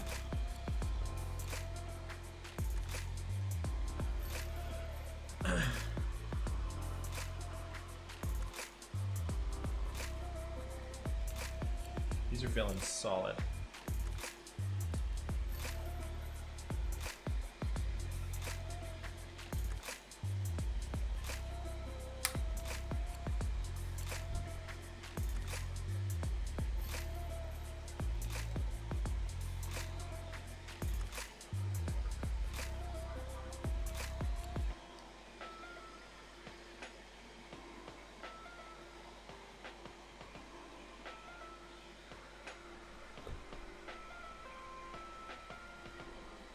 Yeah.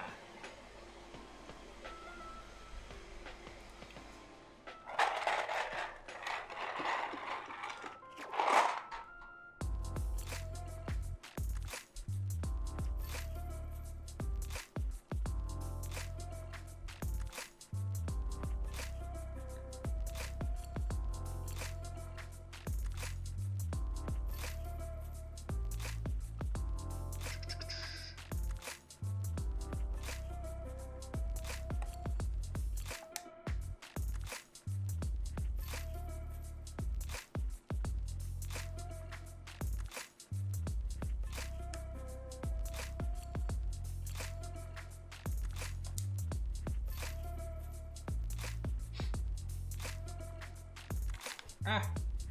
Dropped a kiwi. Caught a kiwi.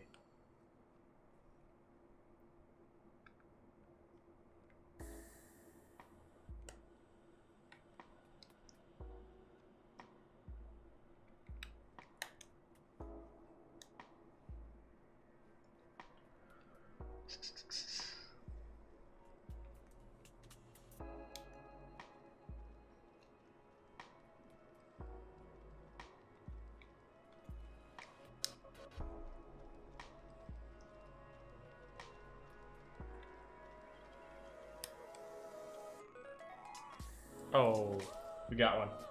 I knew it. I knew it was bending a pin when I shoved him in there. You can just feel it in your soul.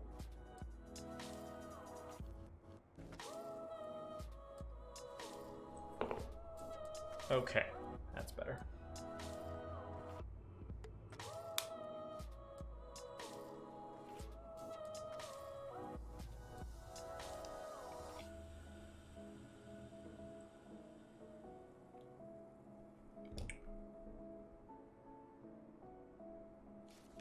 Oh, there we go.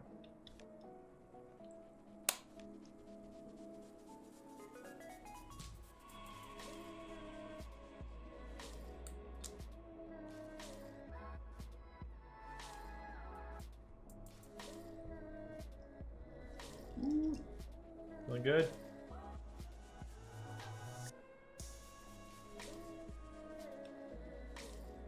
Oh, this one's not fully closed.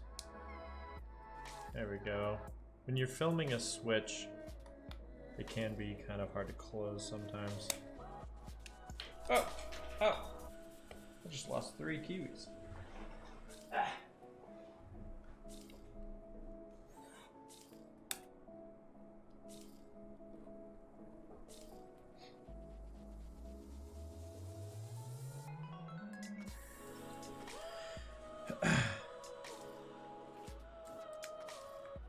There we go.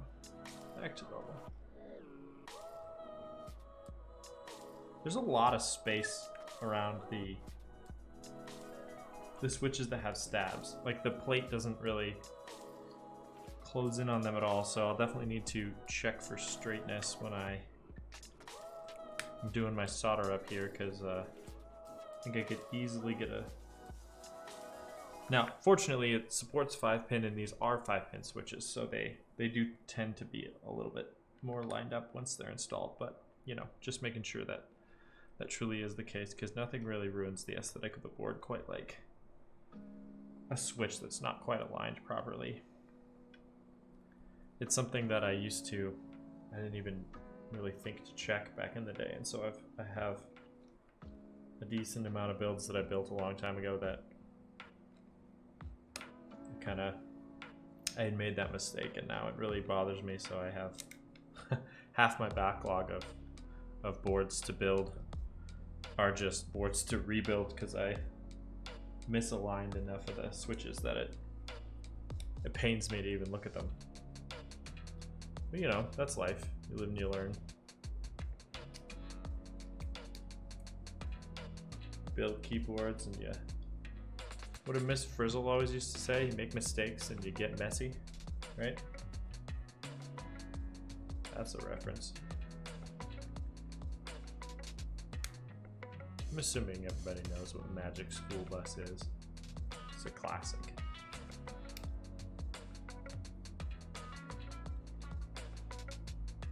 Do you remember that episode when, what was his name, Arnold? The kid with orange hair eats a ton of this, like, kind of looked like a Cheeto, and his skin turned green. Used to think that could happen. That, like, if you eat enough, I mean, maybe it can. I know you can, like, have some side effects from, like, eating a ton of a certain food, but, like, I think it takes more than a week of eating a lot of Doritos to turn your skin orange. Know what I mean?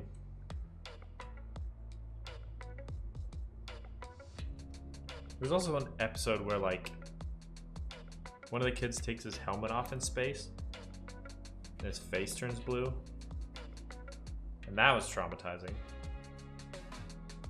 Like,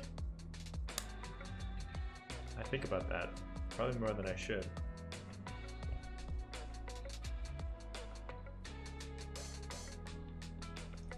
Ooh, man, this looks good. I was not sure if I should have gone with the purple stabilizers, but I am digging the the green and green. It's just different enough, I think, that it's almost like a yellow and green, that it looks very like melony. You know, I'm feeling it. I am feeling it. I'm gonna get a couple critical switches soldered in initially, just to make sure that we're on the up and up here. I should really build myself a little, like Austin suggested a couple streams ago that I build a foot switch that enables and disables my fume extractor, and I think that's brilliant. My fume extractor is already connected to Home Assistant with a Tasmota smart switch, so I just click a button on my PC to turn it on and off. So building a, in fact, I feel like I could use like a keyboard pedal, because they have like a 1/4-inch jack on them that would be perfect for wiring up. Just strip the wire, hook it up to a ESP8266 flash with ESP home, and then when I hit the keyboard pedal, that's actually an interesting idea. Like, because I already have a pedal on the floor because I have a MIDI keyboard here under my desk. In fact, you might kind of be able to see it. Look at that. Sneaky keyboard. But it has a pedal, so I wonder if I could make a like a wire up an ESP sort of in line with it that checks it so that I can use it for both. It'd be interesting. Should talk to our resident electrical engineer about that one. Or even put the, well, I guess I don't want to have a power cable going down to the floor for it. So yeah, having it in line that close would be interesting.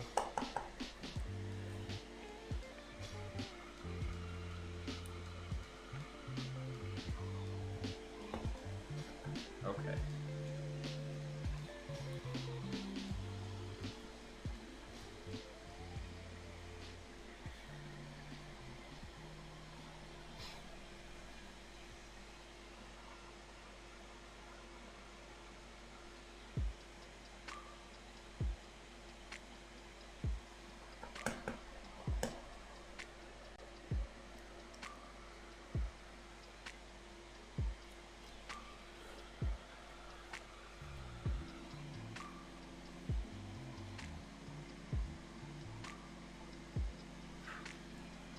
Come on, fume extractor.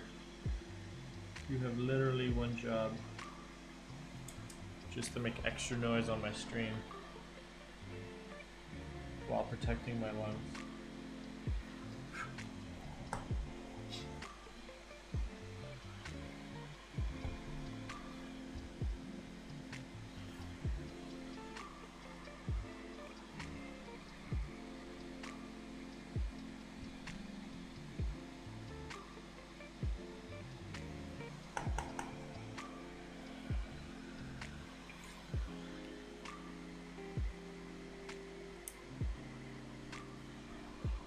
I think I also need to make sure that I do is install the feet correctly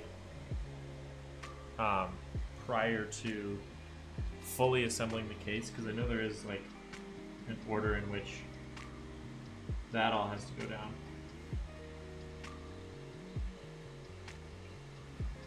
I don't want to mess that up and have to disassemble anything.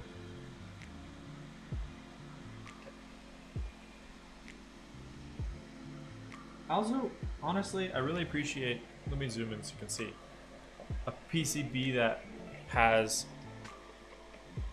like, it prints on the back, on the solder mask, like what the switch is. Like, it's usually not necessary, but it's such a nice touch to, like, just have it tell you what switch this is, so that, like, say, you know, one of them's not working, you're like, well, my enter's not working. You can just go on the back and see which one's labeled enter instead of having to flip your brain around because the PCB is backwards. I don't know. I just really appreciate that.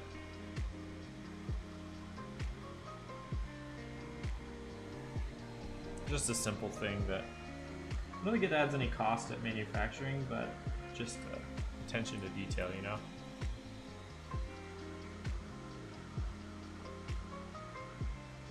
I guess unless you weren't planning to do any text on the back of the board, maybe then it might add cost, but I don't actually know how much that would be.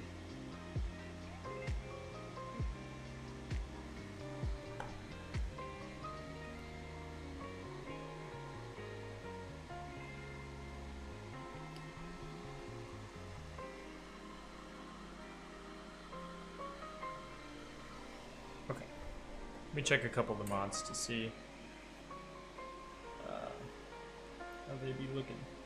Maybe I'll solder them also like with a switch on or with a keycap on, just to be super duper sure. Because I think the stab will keep it relatively aligned, and then obviously the 5-pin will as well. But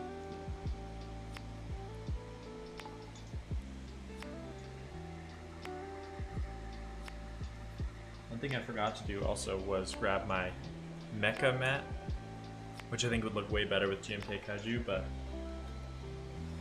you know, there it is. That's it. It is what it is. Polywave is nice too.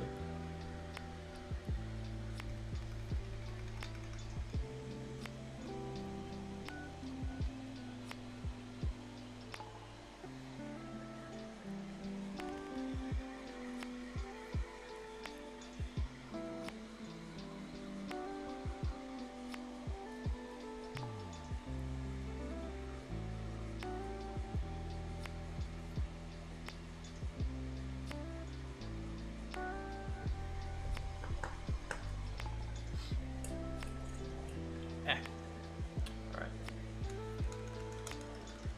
That's nice. You gotta switch colors so I don't have to get my big old greasy fingers on every time. This might already be soldered. It is. Let me just hit it with it.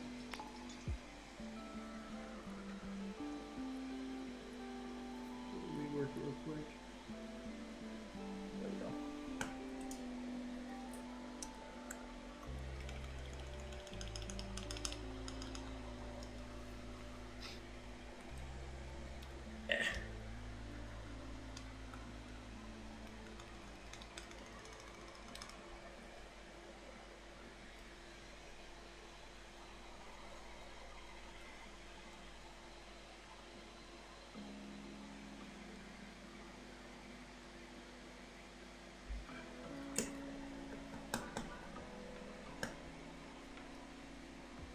Yo, what's up, Duck? I have made some progress in an hour. I've finished lubing the stabs, that is, and at least seeded a bunch of the switches.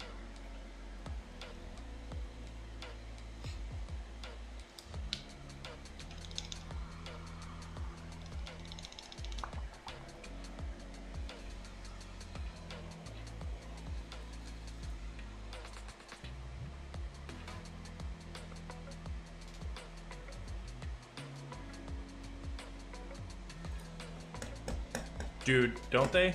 And I was saying earlier too, like I feel like the shade of green that these C3 stabs are is just yellow enough that it's not like fighting with it. I think it looks really nice. Also, the amount of fingerprints that I've gotten on this plate is insane. And I did go with the RGB LEDs here, and I'm digging it. Alright, I think that's every mod. Get a couple of these top row.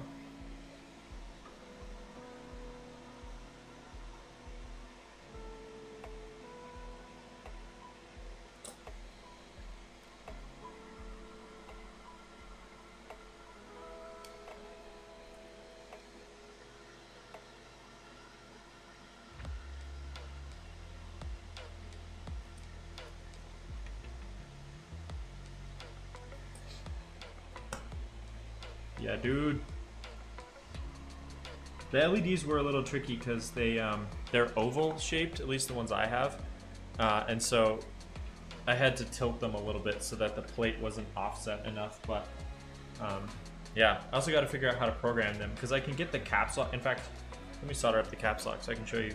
I can get that one to light up because that's what it's bound to, but the others are bound to num lock and scroll lock, so I got to figure out in VIA or QMK how to remap them to maybe be tied to like a layer or a mod or something.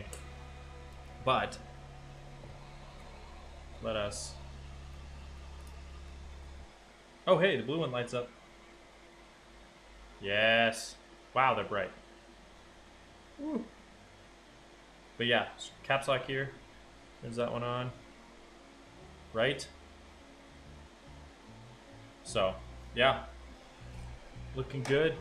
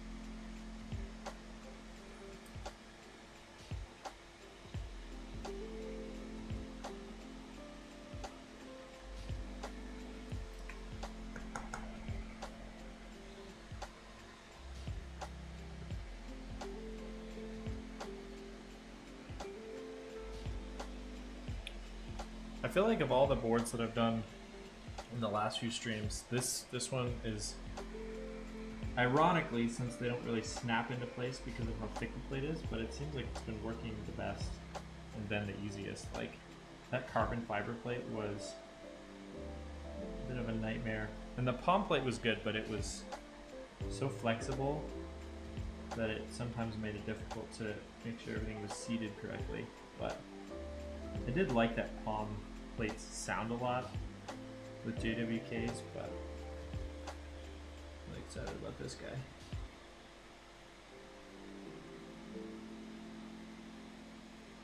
I love polycarbonate plates.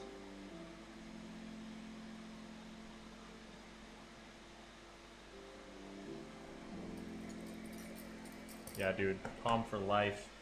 Palm everything. Give me creams. Palm plate. Yeah, so that carbon fiber plate was good, but it was just, I think the tolerances that they had were so tight with the Holy Pandas that it made it very difficult. But the gasket mount carbon fiber with the Holy Pandas was really nice. It didn't have any ping at all. It was just nice and just a chunky sound. And that's what I like. I hate ping.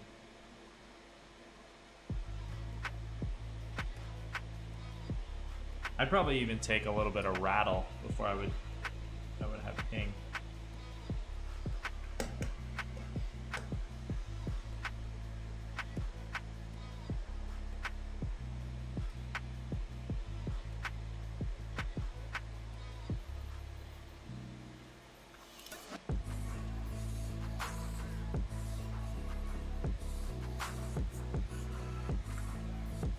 You're with me. You're a man of taste, Duck. You know it's good.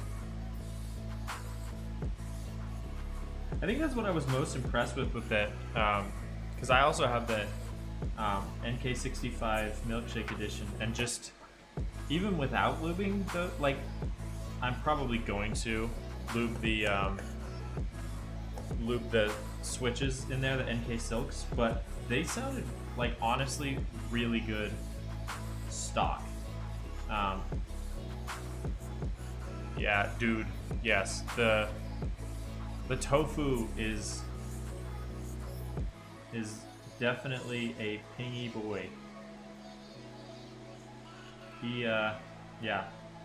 I don't know, and maybe it's because I have the brass plate on mine. I know I definitely have found that brass and aluminum just doesn't do it for me. I never tried stainless, but I would say probably palm, acrylic, and carbon fiber are my top 3 plate materials. FR4 is nice too though, but I don't know. Yeah, dude, that board, like, honestly, what a value. Like, yeah, dude, but I can't even remember what options they had for a tofu. But the NK65, like, entry edition sounds so good for the price. Like, it's punching so far above its weight.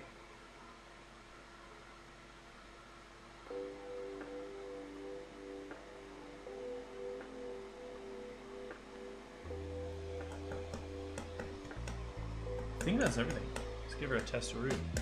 Yeah, and I think that that's the goal. At least that's what they've said in a lot of like status updates. And I know that the extras lasted for quite a while for the milkshake, which, to be fair, the milkshake was expensive, or more expensive than. Although it comes with caps and switches, so can you really be that mad at like $230 for like a basically? I mean, other than the stabs, I think I would be totally happy with it as is. I'm just one of those annoying people that likes to fiddle with something for longer than I should. Okay, let's test this out with Via. Excuse me, tofu. I will say the tofu with the brass plate actually sounds very good if you have silent, like, black ink linears in it. But if you're doing anything tactile, like a panda, like a Holy Panda, or God forbid, a Zelios in a brass plate, it's gonna be Ping City. What am I doing? We're going to Via. Hide. Key tester. Boop, boop. I forgot that. Oh, did I not? This is escape. What happened to 1? Did we not solder 1? We did not solder 1. Sheesh.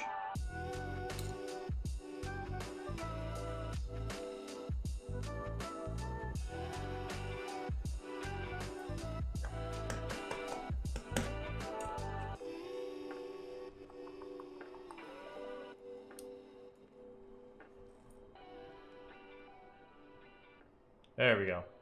Hello. Backspace. That's questionable key mapping right there. Q, tab, space. All these are space. Don't know why. Caps lock with the red light. Let's go. Enter. I don't know what that is. Shift. Up arrow for some reason. This is probably function. Well, that's probably alt that I hit. Yeah, alt and then space.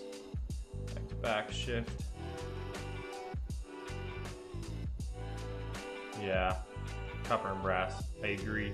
Actually, you know what? I don't know that I have tried a copper plate though, now that I'm thinking about it.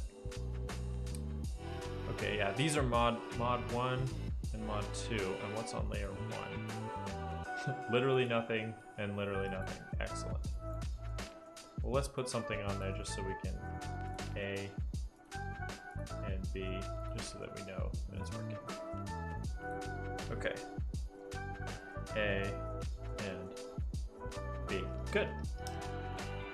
I've seen Alex build a couple copper builds, and he would always wear gloves because sometimes you can have like skin reactions, but also just insane fingerprints. And it seemed like, I mean, to be fair, I wore gloves pretty much the whole last build because of fingerprints, but I don't know. I don't know if that one's for me.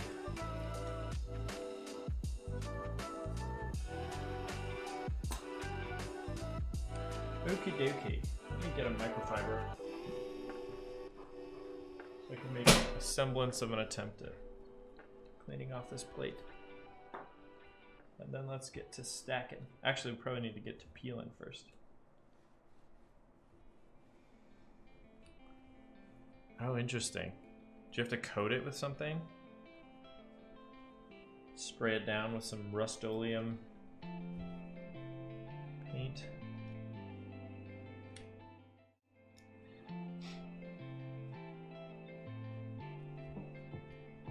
I guess maybe it like, it might look cool to have sort of that green corroded copper in a board if you're trying to go for that, maybe almost like a steampunk aesthetic, but I don't know about that.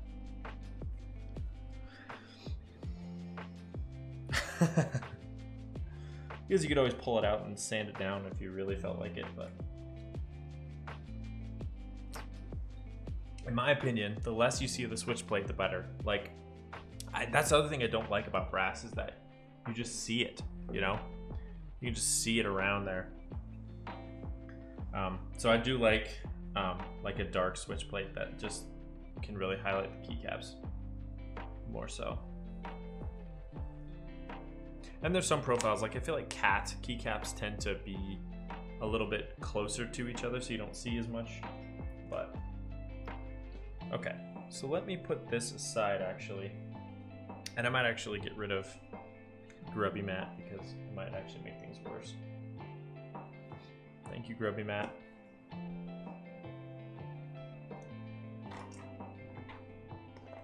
Oh yeah? I guess it depends on what the plate's made of. Maybe it's also just that I don't like the brass color too much. And so when I see it around, you know, whatever keycaps. Like here, let me show you what I'm talking about on this Tofu 96 that I got. Like, and obviously, I think you see maybe a bit more than you would just because the keycaps aren't quite the right size due to the fact that they weren't kitted quite right. But like, I don't know. I feel like if it was maybe like a black switchblade, I might like it better. I did actually find a guy on Mech Market who was selling a stepped caps, or like the exotics kit for this set. So I will get my short shift and my stepped caps for this eventually when it gets here from Thailand. But yeah, that will be nice. But also, yes, just a shiny cam set is very interesting, just in the fingerprints that collects. Okay. Dude, they're so shiny. I've actually never seen a shiny keycap set other than this. The Cam Little Pilot, which is themed after the Wes Anderson stop motion film Isle of Dogs, which is a great film, but it's very, I don't know, I guess it feels exactly like you think it would. Like it's almost kind of sticky in a sense, or grippy, just because of how shiny it is. Like it's not really slick at all, but it just, you type on it for a second and it's already, you know, covered in fingerprints. But you know, it is what it is. I guess the nice thing being shine is like the least of your concerns at that point, you know. All right, let's get this guy back in action. Let's get some other stuff, because we need, at this point, where did the bag of hardware go? Where did I toss that? Oh, here it is.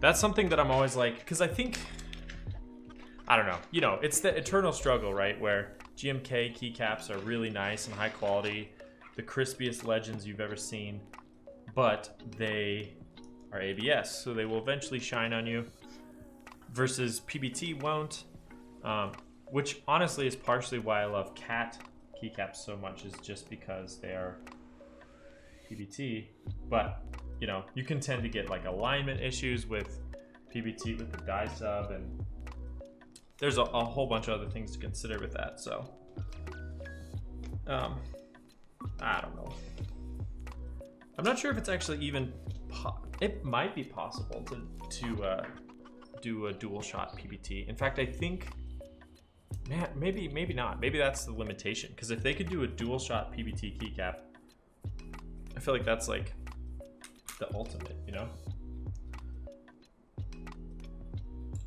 Dude, tell me about it. I got not GMK, but MT3 Serica, which is one of my favorite aesthetically of all time.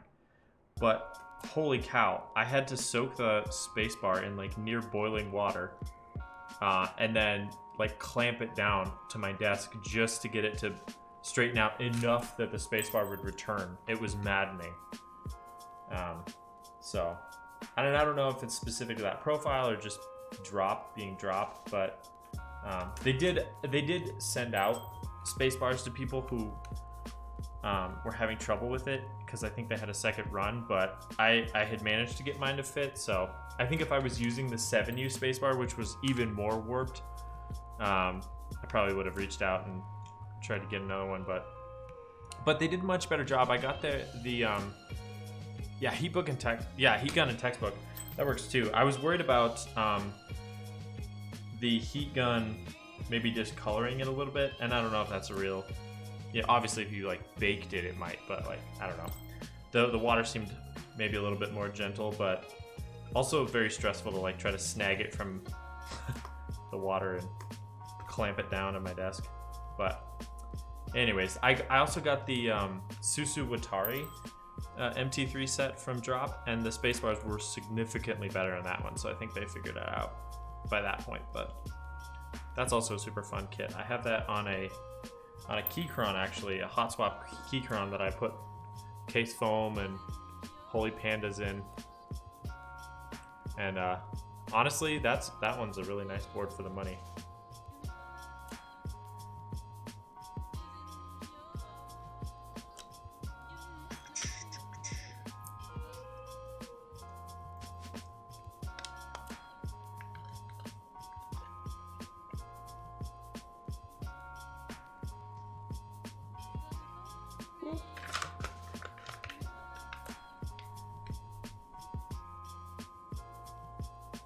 Yeah, I mean, yes, they do.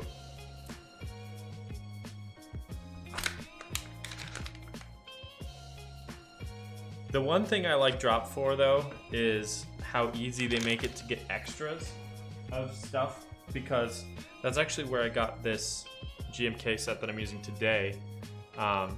You know, a lot of them they'll announce a time that they'll release them, and then they'll have so few that, I mean, some of them like Night Runner on the Key Company actually had a raffle, but Drop will usually order, I feel like they probably are ordering way more than in extras, and then you'll see them for like a week in stock.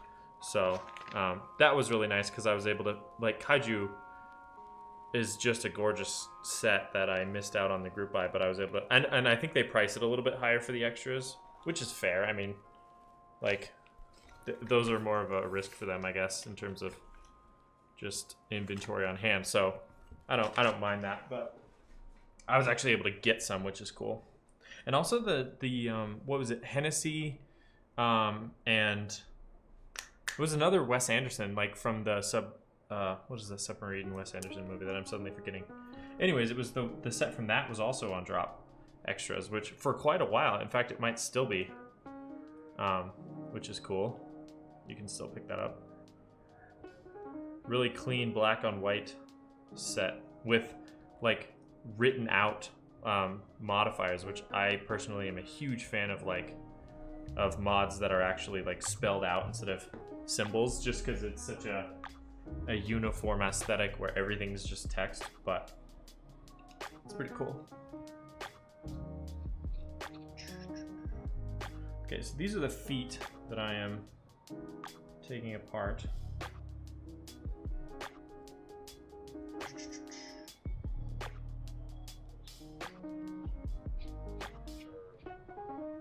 In fact, let me check and see if they even still are on drop.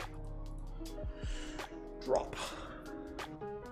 Also, sometimes Drop has great IEMs. Oh yeah, Belafonte and Hennessy. And I think they have everything in stock still. They have the base and the numpad of Hennessy and the base decorations and spacebars for Belafonte. Yeah, so that's all still on there right now if you're feeling like spending a bunch of money.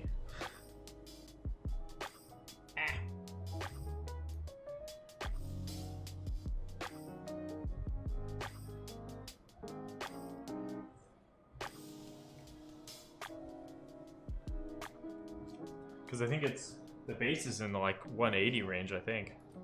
155, okay, so not quite. But 65 for the decorations, which are like the novelties, and then 15 for the space bars. That's actually, honestly though, 15 for GMK space bars, and they have, I mean, they got a lot of them. That's pretty decent. If you're just on the prowl for yellow space bars, I guess. Not mad about that.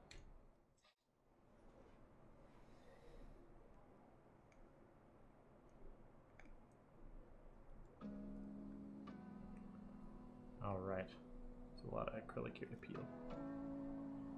Oh, did you get in on the GMK? Was it bleached or is it a white on black?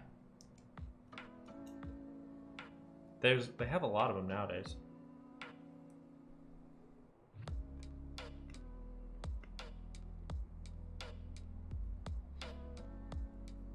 Nice. Okay. Dude, so I have bleached, and I know there's also minimal and white on black, and I feel like those are all pretty similar. And I never went, I know it came up on stream before, and I don't know. Oh, okay, like an in-stock drop one. That's cool. I know they I never went and looked up the Pantones of the whites that they used for those to see if they were different at all. Like, I think maybe the reason you would buy minimal versus bleached versus something else would be like the modifiers having, because I think minimal had like colored modifiers that looked really clean. But if you're just buying a base set, maybe the legends were different, I'm not sure. Dude, that's sweet. I don't have very many GMK sets. Like, for the most part, I don't like spending that much on keycaps. Like, I feel like you can get decent ones for a lot less, but like EPBT's been making some decent ABS dual shot keycaps that they sell on Divinity, and I mean, I have a bunch of group buys that are out at the moment that I'm waiting on, but the you know, as far as what I have in stock, I actually don't have very many.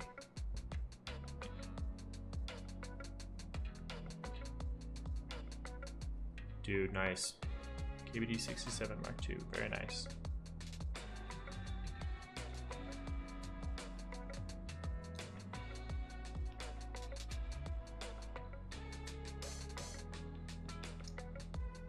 I do too. I've been very, very pleased with them. I picked up their lube station, right here actually, and I don't think this logo is supposed to be so off kilter, but it just made me laugh. Like it's not even remotely functional, you know. So I don't care. But I just thought it was funny how sort of tilted it was. But it works great. I actually don't really use this side of it very much, so I'm actually working on making a little insert to hold the lube on this side. But yeah, it comes, yeah, I live in Montana, so usually it takes like 3 days for me to get it, but shipping's free over $100, which is pretty unheard of in keyboard land. So I'm very pleased with Divinity.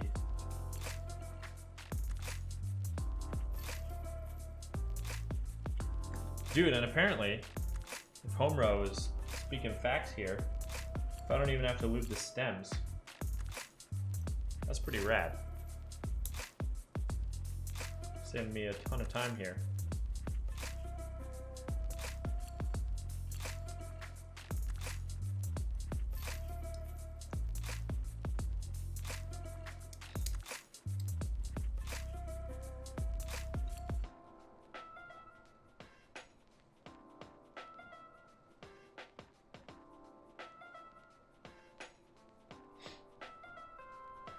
Yeah, I think so too, because it seems like they carry a lot of their products, which is so convenient, because I just hate waiting for KBD fans stuff to ship. I mean, I get it, like, it takes forever, but okay, all right. Yeah, I did lube the stems for these, but like I had said earlier, like incredibly cautiously, because I didn't want to mess up the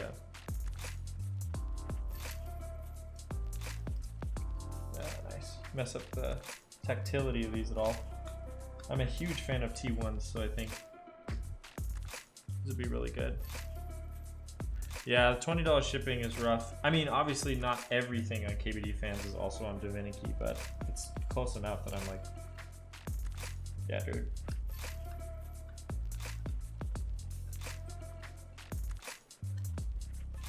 This is kind of cool. I can sort of, maybe I won't fully tighten these then, and I can adjust the alignment on this foot later. That's sweet.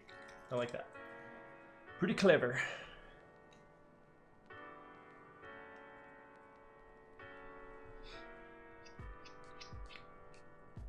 Also, like, the whole shipping delays, right?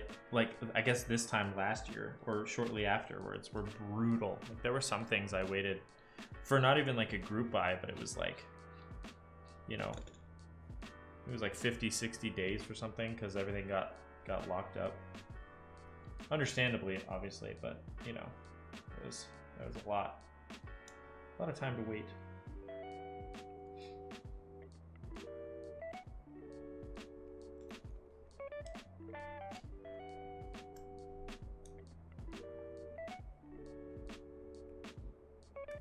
Also, Key Creative, however you pronounce that, the guys that make cat profile keycaps, it's like the one manufacturer of them. Dude, I did see that evergreen ship. Yeah, I mean, I actually wonder how much of, like, obviously economically, right, there's a big impact from that, but since it's in the Suez Canal, I don't know how much stuff of mine really goes through Egypt, but I'm not sure. I think it'll be interesting to find out. But with the Key Creative, who makes the cat profile caps, I had ordered the cat Arctic set from Novel Keys. That was a set they were doing, and it was supposed to ship this month. Dude, cat is the best. It's so thick, so it gives such a deeper sound to the caps, or to the board. But yeah, so they just in their latest update were like, yeah, it's probably gonna ship Q2 to Q3 2021, which is like an extra 6 months, which is crazy. I mean, I know everything's getting delayed, but that's a ton. Dude, maybe it is. Maybe it is. That'd be a rough way to find out. Or on like one of the ships stuck behind it. But that's okay. I mean, it's not like I have a shortage of keycaps, and the only annoying thing is that I'm moving in August, so I gotta update my address for a lot of my group buys that got delayed. But you know, such is life.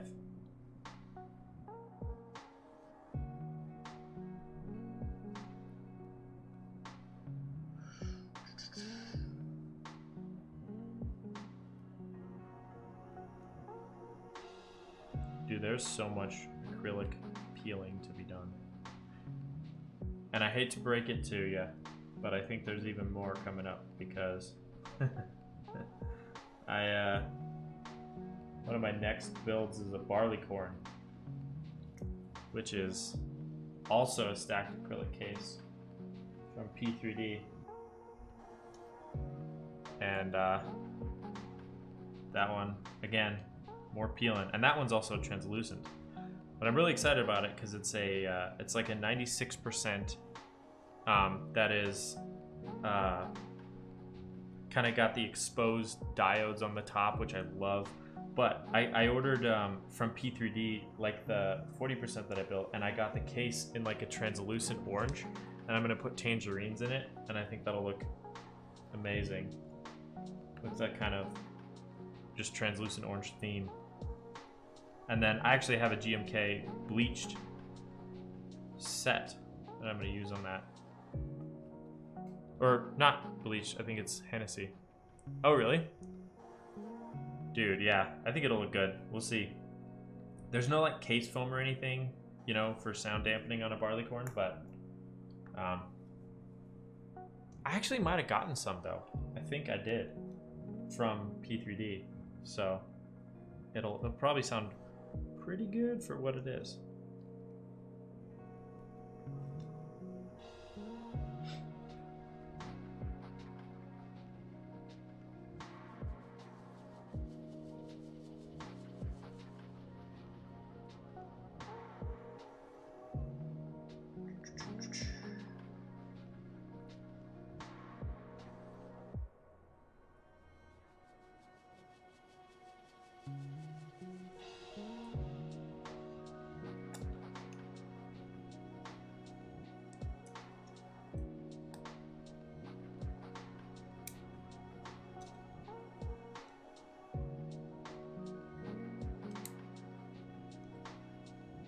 Dude, I mean, I've ordered the I think the gingham was the same type of deal, and to be honest, those are my favorite to build, partially just because of how stressful and scary they are, you know, because it's like with one of these, you plug in the PCB, you test it out, you see if it works. If it doesn't work, it's usually not your fault.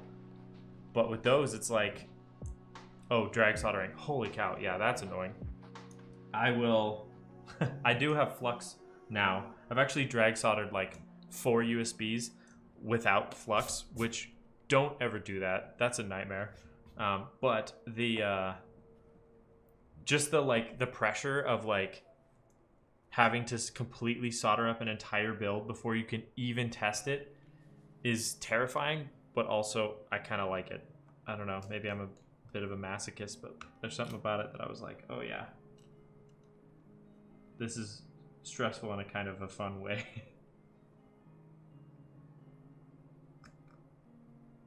So, yep. No, I've built, I think now, I built a Mysterium, built a Discipline. I have another Discipline on deck. I built a Nibble, and the Gingham, a couple others I think that were all that way. And it's always the same. It's like you solder that thing up and maybe it'll work, maybe it won't. Just gotta plug it in to find out.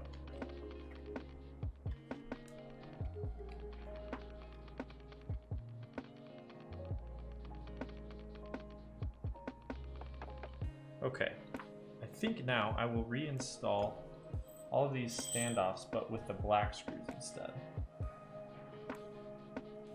I have seen the GMMK Pro reviews. I'm gonna be honest, like, I think it's still probably the best value in the like entry-level enthusiast market. And I think a lot of people were really harsh on it, but you know, I think Alex had a really good perspective where it's like, it's entry enthusiast, but it's still expensive because it doesn't come with switches or keycaps. I mean, I know you can get those glorious, the GPBT keycaps for it, but like, yeah, I think once you've tuned the stabs, like then you're in business. And personal preference being polycarbonate, I think if you get the polycarbonate plate, tune the stabs, or even put in Duroc stabs, I think you're cooking with grease at that point. And so yeah, I get mine. I'm in batch 1, so I should get mine fairly soon. So I will definitely be kind of building that up and reviewing that. But I guess just for me, you know, I have 75% boards, so it doesn't really fill a gap in my collection, I suppose. Like, that's usually what I'll do is I'll buy a board or I'll keep a board rather. Like, I'll usually build these and then just sell them on Mech Market. So if it doesn't fill a gap in my collection, I usually don't keep it around. But yeah, if you want to check it out, I will make sure to ping you before I get it built up on stream. So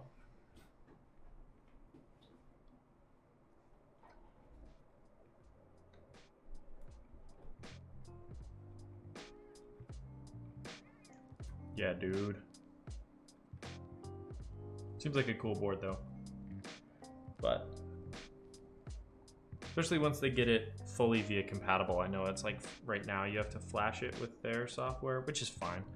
But like just getting someone to dip their toes in with VIA.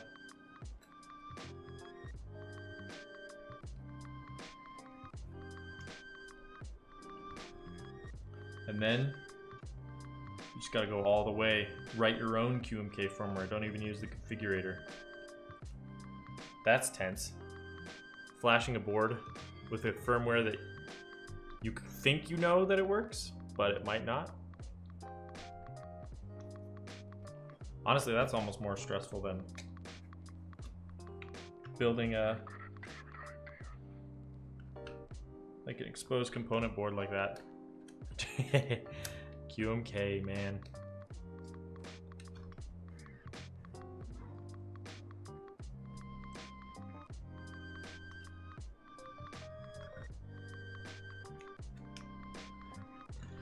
I feel like I like QMK a lot simply because the first thing, like, so I bought years ago, well, yeah, I had a mechanical keyboard for a long time. I had a DOS keyboard Pro 4 that I used for like 3 years until like the legends were almost gone. The keycaps are super shiny, and it had blue switches in it, like Cherry MX blues. And then I was like, I should get something smaller for gaming at home. So I got an RK61, which also had blue switches in it, but it was the rattliest thing I've ever heard. And I got kind of tired of it, so I took it apart, built a new keyboard, and then I was looking at all these switches that I had pulled out because I was like, I want to know how these things work. I had pulled it apart, and I was like, oh, I think I could build like a macro pad is what I decided to build. And unfortunately, I don't have it here. It's at work because I still use it. But I hardwired a macro pad, you know, with like directly soldering diodes onto the switches, and like, you know, I took apart some Ethernet cables and took the wires out of them and used that, and I hooked it all up to an Arduino Pro Micro, which I didn't know about QMK at the time, so I just wrote my own firmware that I flashed directly onto it, which was very annoying to have to do. And so then later, you know, getting into the keyboard scene and finding out about QMK compared to what I had been doing, which was just like handwriting firmware from scratch, it's so much easier. But I agree, like if you've never done that kind of thing before, it's kind of nightmarish, like what is this? But I guess by comparison to the Wild West that was, you know, what I was doing, it seems super convenient. So I don't know. But then even, you know, but VIA is just like the dream, you know, compared to even either of those options. It's crazy powerful.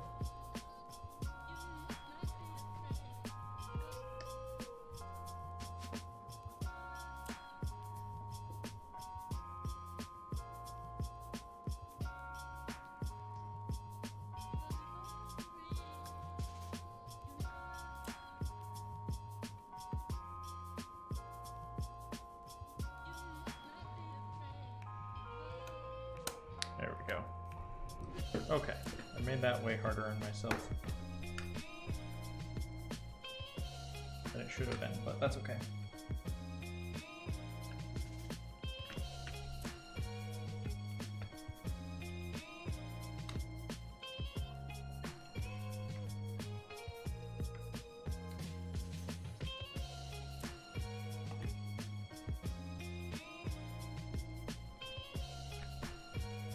Oh, look at that. She's a beaut. Oh yeah, I just found out about that. Like Alex was talking about it on his stream, and that he was having her on the Keycast, which I thought was crazy. That first of all, I actually didn't know that GMK Olivia was named after a real Olivia. I think that's rad. And then also that Via was designed by her too. That's so cool.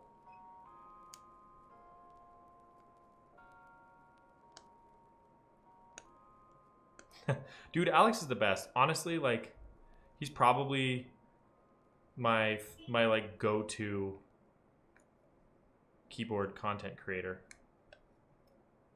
Like, I don't know. I think he's got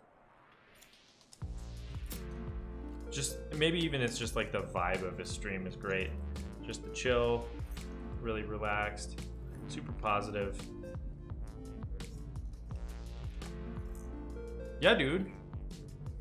I'd love to give an opinion.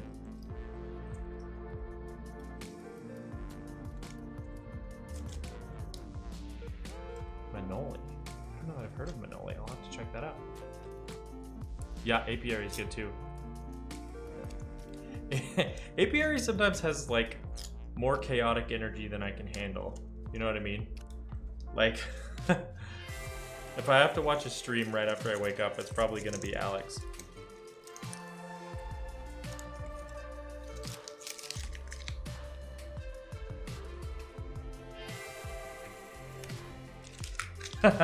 Yeah, no, I think it's good to have diversity of creators too, who have different vibes. I think Teja's very chill vibe too. Yeah, Apiary. That's the other thing though, is like, no slight against Alex, but I think he's such like a positive dude that maybe he wouldn't like unload on a product if he really didn't like it. But you know, if Apiary doesn't like it, you'll hear it. You know. which I appreciate too. Like I saw some of her commentary on like how, at least on her set of, oh, what was it? It was a PBT set from Key Company that had really off-center legends. Islander. The Whimsy. Oh yes, the Whimsy. I am very interested in the Whimsy. But yeah, yes.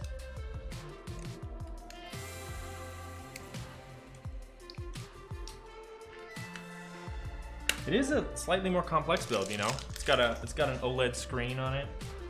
There's a lot of like, yeah, Infinity Islander. Yeah, it's a PBT set, so the legends were a bit askew on her set, which is hilarious. But yeah, she definitely kind of ripped into it a little bit.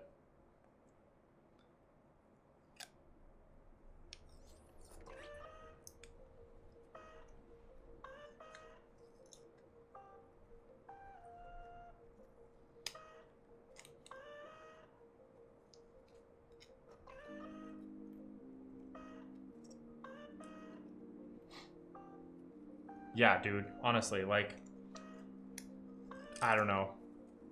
If you're gonna charge that much for a set. And I think I would rather wait for a set than, you know, be handed one. Like if they had to just run it back and do it again, and I had to wait for that, I would rather than be stuck with a set that, you know, is honestly, hers was so noticeably off-centered that I wouldn't want to have it on a display board, you know?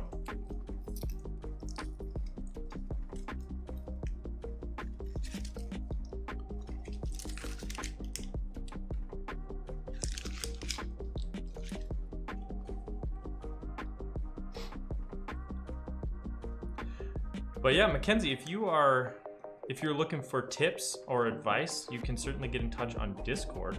Let me see if I can post my socials. Does this work? Yeah, okay. Do I have my Discord in this though? I do, yeah. So feel free to join the Discord, and I'd love to chat with you further there if you'd like. If you're looking for build services, I do also provide those, and I think definitely be able to work with you on a cost-effective way of getting that put together, whatever works for you. So my website's linked there too. I have a price calculator for what my build services cost, and yeah, I'd love to be in touch and help you out. I think it's great to have more people in the community, and the Whimsy is such a cool looking board. I kind of gave me almost like a cyber deck kind of vibe, you know, where it's like a cyberpunk with the OLED screen, and I love the pink colorway. Yeah, absolutely. The Veneer. Okay, yeah, hold on. That set sounds really familiar. Let me look that up. Wasn't that, yeah, Infinity Veneer. Yeah, this one just finished, right? This group buy. Kind of almost like a Celtic look to it. Very cool. I didn't get in on this one, but those space bars are just a work of art, aren't they? Sweet. Yeah.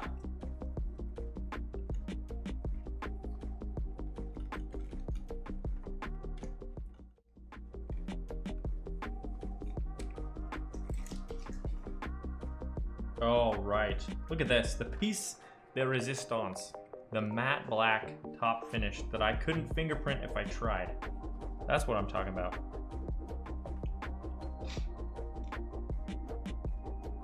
Oh yeah. These are the Veneer, Infinity Veneer. These are a closed group by now, and gonna be a bit until those ship. But wait, Kingsman the movie? Explain yourself. Or is there or the comic, or is there a set? actually haven't read or seen anything about Kingsman, so. Do they talk about mechanical keyboards in the movie?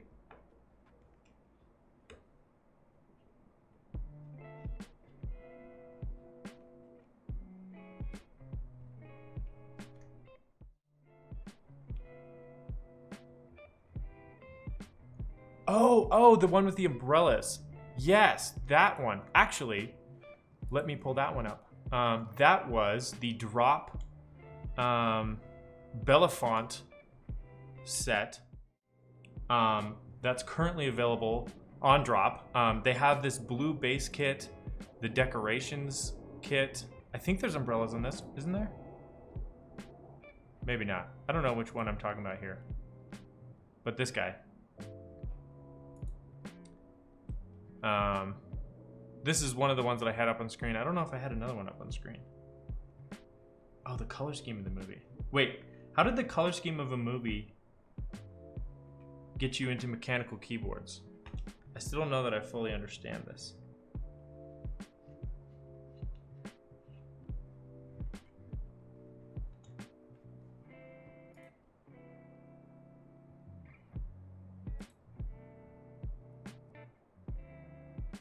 Okay, fair enough. I do like that there's movie collabs. Like these ones are from these ones are based on a movie. The ones that I have on my 96, my Tufa 96 are. Yeah. I have seen some scenes from those movies. I don't know. What did I have?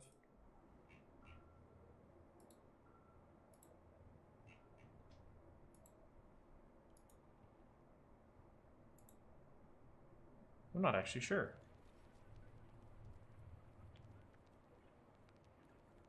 Nice.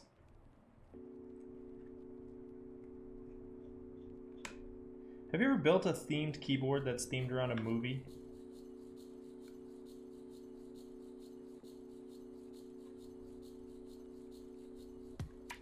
Yeah, so there's a guy that I met on Mech Market. He has, I think his Instagram is Takatic. I'll find it and I'll post it in the chat.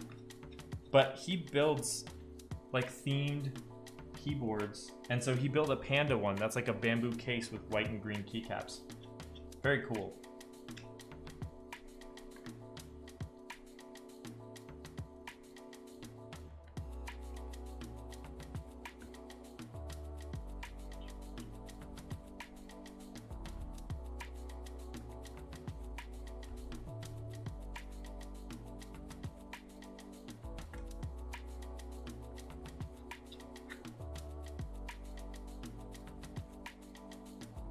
Yeah, hey, you found him. Oh, my auto mod. Come on, dude.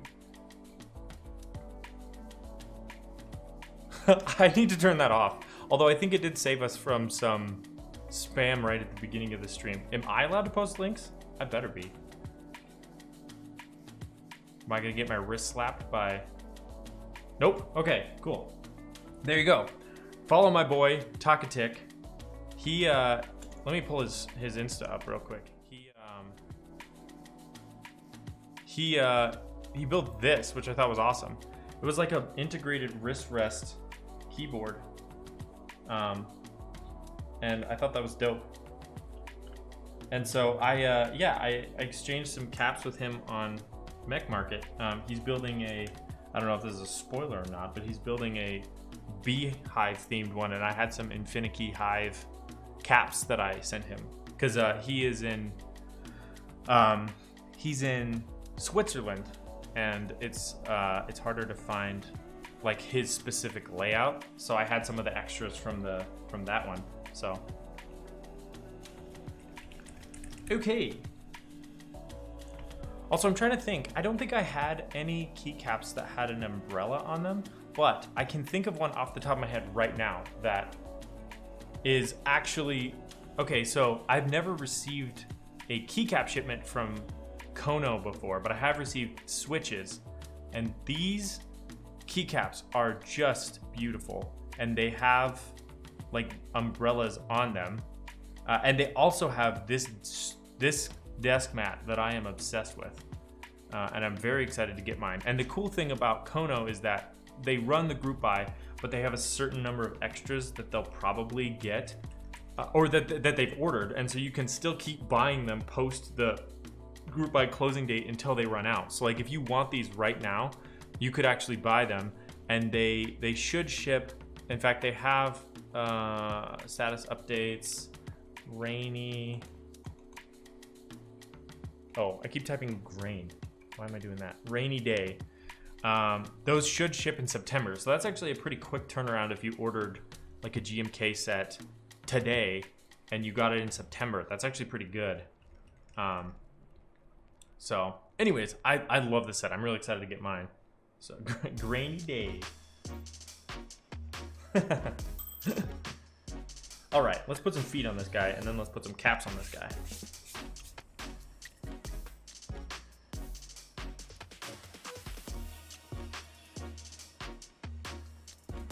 Mackenzie, do you have a mechanical keyboard right now? Like a pre-built of any kind?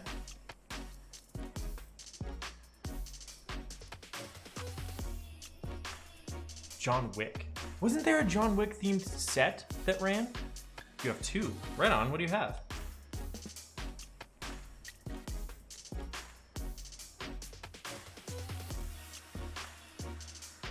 Keychron? Yes. I got a couple of those. What a classic.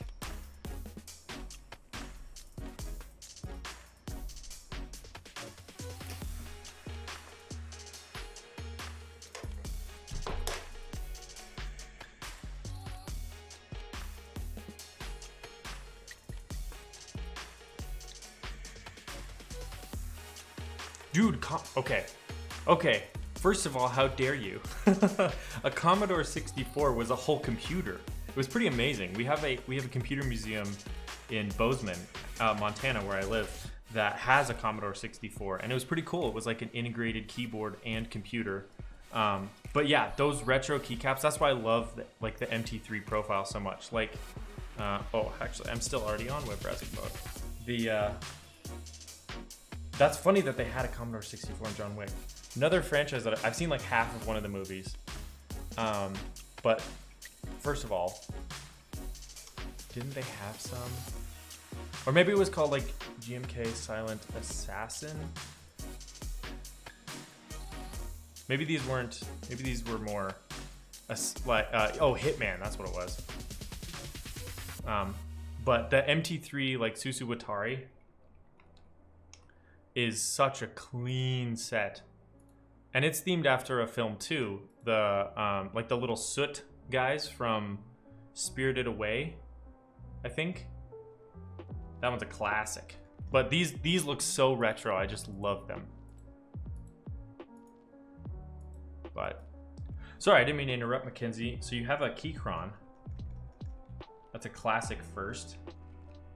Honestly, a really, really high quality first keyboard, to be honest, like in value. All right. Y'all know what time it is. Ooh.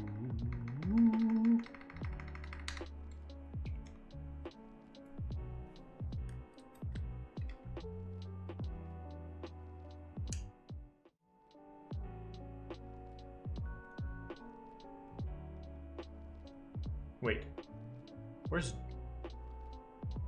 Oh, there we go.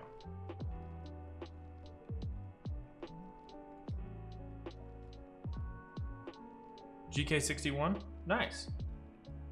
Yeah, and the other thing that's cool is if you get far enough into it, and maybe the rabbit hole is not the best thing to go down, but I really enjoy taking apart those types of keyboards and just trying to like optimize them as much as possible, like taking apart a Keychron if it's not hot swappable, or taking apart an RK. I think I have an RK61. In fact, I've got the PCB down here, and I have this other one that is my wife's old keyboard that I'm planning to pull the switches out because it's these ridiculous blue switches and rattly stabilizers.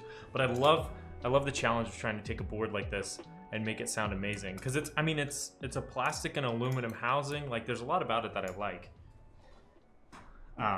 So yeah, those are great boards to have too, just for that.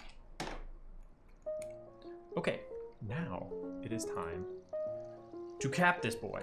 We're gonna cap a fool. So, first of all, is this not the greatest novelty? This and this. Half the reason I bought this set. I just love it. Now we're gonna do this nonsense. What I really need to do is pre-kit my caps before I come on stream, so that I only have what I need. But you know, ain't nobody got time for that. Oh yeah, check your mail. Maybe you'll have keycaps in it.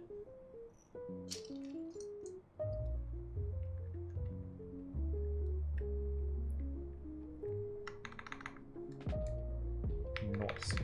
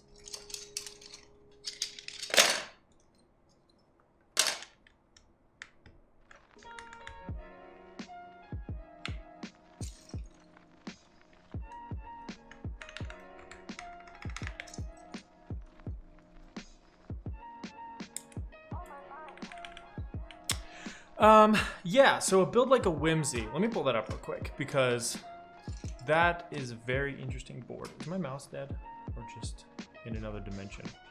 Thank you. It is an exciting day when you get your keycaps in. Let me actually go to Mech Group Eyes to check it out first. I think I'm in their Discord too. I think 14 is the guys who are making it. So a board like the Whimsy, just looking at the PCB here, is not too bad, because I think it comes with these headers here. So you can solder these in individually and then just stuff this microcontroller onto it. What I'm assuming is happening here is that this has this 4-pin connection that goes right here. And they'll probably do something like that. These headers usually snap off, so you can do that. So this one is actually probably relatively easy, because you're not soldering diodes, and you're not soldering resistors or the IC itself. So yeah, I think just soldering the switches in is fairly standard, and then your encoder. And I think this is, I think that a lot of these are optional, if I remember correctly. Like, you don't have to put in. Oh no, they just have 2 versions of it. That's what it is. These 2 different OLED options. I'd imagine if you didn't want to solder in the OLED, but I feel like that's half the appeal of this board, and this beefy encoder that I love, the encoder knob. So yeah, I think this would be a moderate build. Certainly not necessarily like the simplest build that you could make, but I think in terms of first build, it's not that bad. And I definitely would be. I have some boards that have a very similar build process that I can show you and let you know when I'll be streaming those. So yeah, not terrible.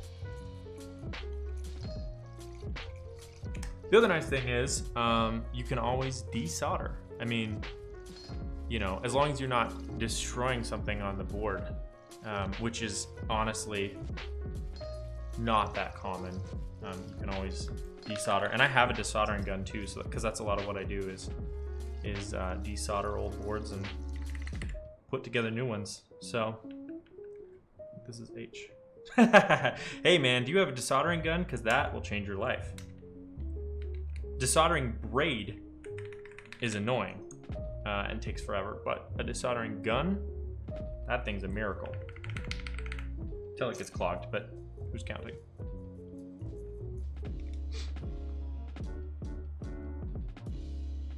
Dude, it's great.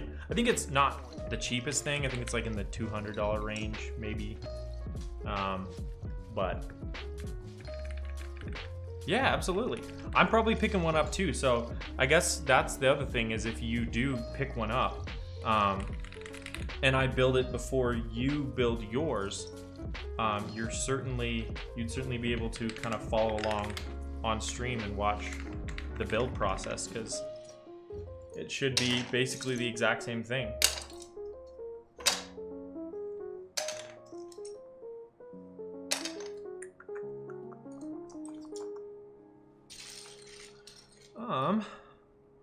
L-O-P. This board is so cool. However, I feel like I've completely lost my bearings on where keycaps go. I can usually figure it out, you know, eventually on my own, but I mean, I like, whoa, we got a fuzz. Where's my tweezers? Got him. Ladies and gentlemen, we got him. All right, I think I might put escape here, maybe, and tilde on the other one. That seems reasonable. X.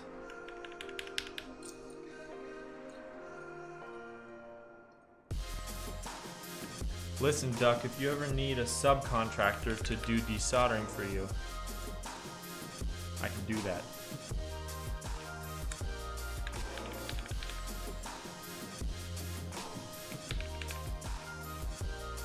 Oh, this one has a little, I prefer that. Little tick. I didn't know I got that. Ha, fair enough. I live pretty far from California. It snowed this morning. And that is not a joke.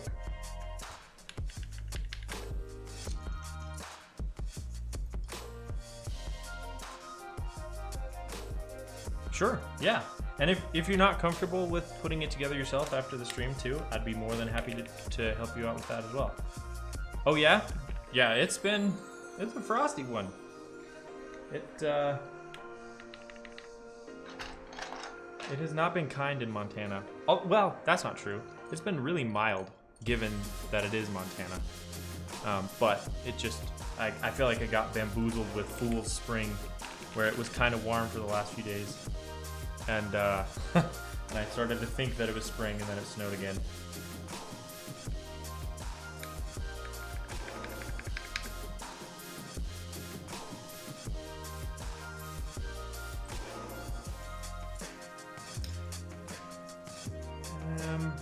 M goes here.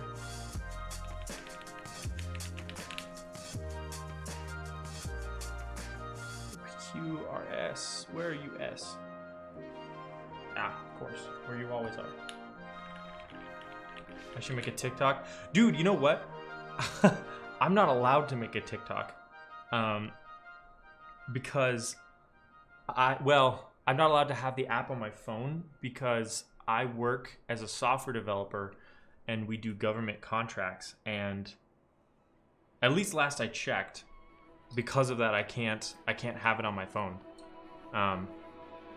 It was kind of like one of the apps that was blacklisted. I don't know if that's still the case. I haven't checked in a while. But yeah, there was a hot minute where it was like, you cannot have this app. So I never did. And I kind of missed the wave. Like, I missed the Vine wave too, because I'm an old man. And so yeah, okay.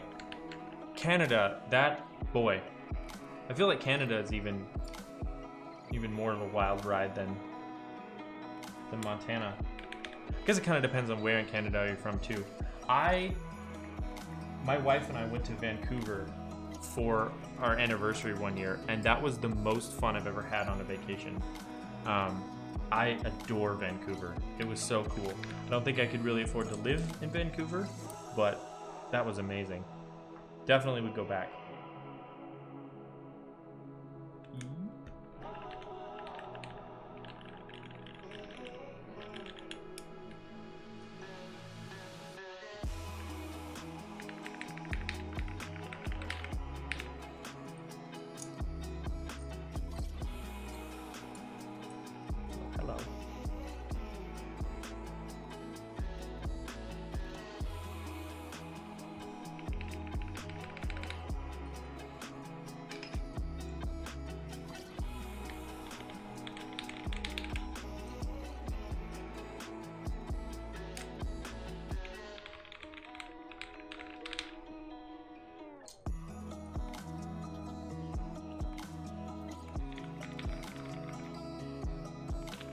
Yeah, I can imagine. We stayed in an Airbnb, which was very, very nice, but like just even that Airbnb was quite expensive compared to a lot of the ones that we've been in.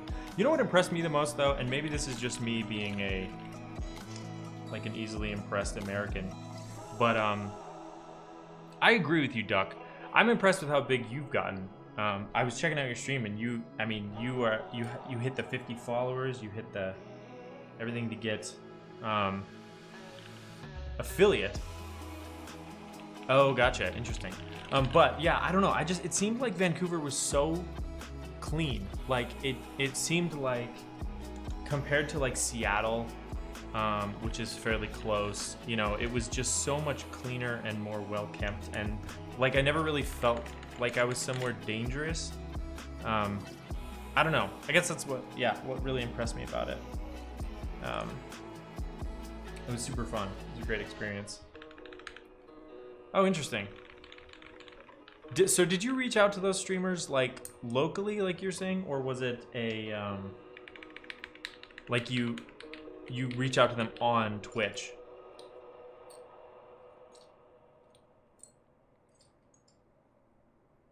Don't want this guy.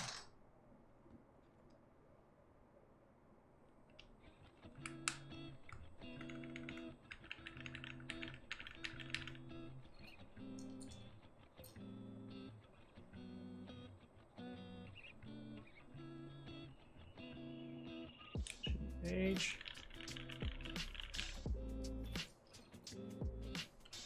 Oops.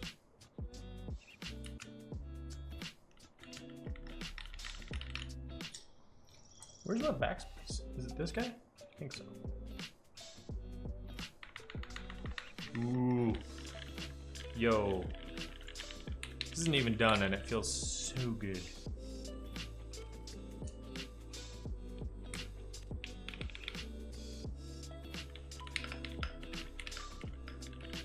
East Hastings. Okay. Hey, thanks for the follow, Mackenzie. Appreciate that. Okay. I might be crazy, but I think we actually stayed there or close to there. Do you know where the restaurant The Flying Pig is? Because we were really close to that. And we were told that that was like in a bad part of town. But even then we were like, oh, okay. This feels fine. I don't know.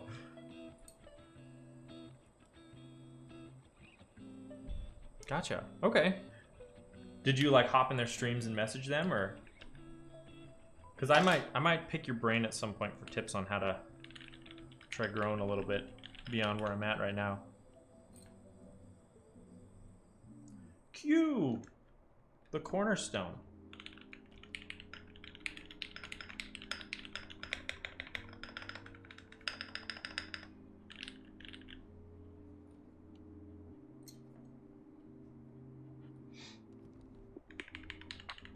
Also, can I just say, how great are these novelties? Look at these. Look at this little Godzilla. He is so cute. I just wanted to point that out. I adore that tiny Godzilla.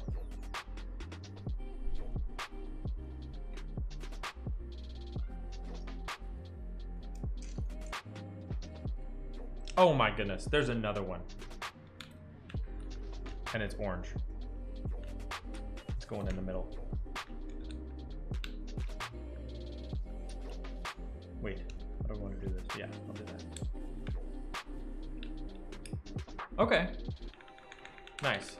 I am a serial stalker where I I don't know, maybe I just feel like I have nothing to say in a lot of streamers' chats. But I don't know, I just feel like Twitch is supposed to be a community, so I should probably speak up in people's chats, because I know I love it when people talk in my chat. So even some of the smaller streamers I follow, I usually don't say much, but I probably should. Gotcha.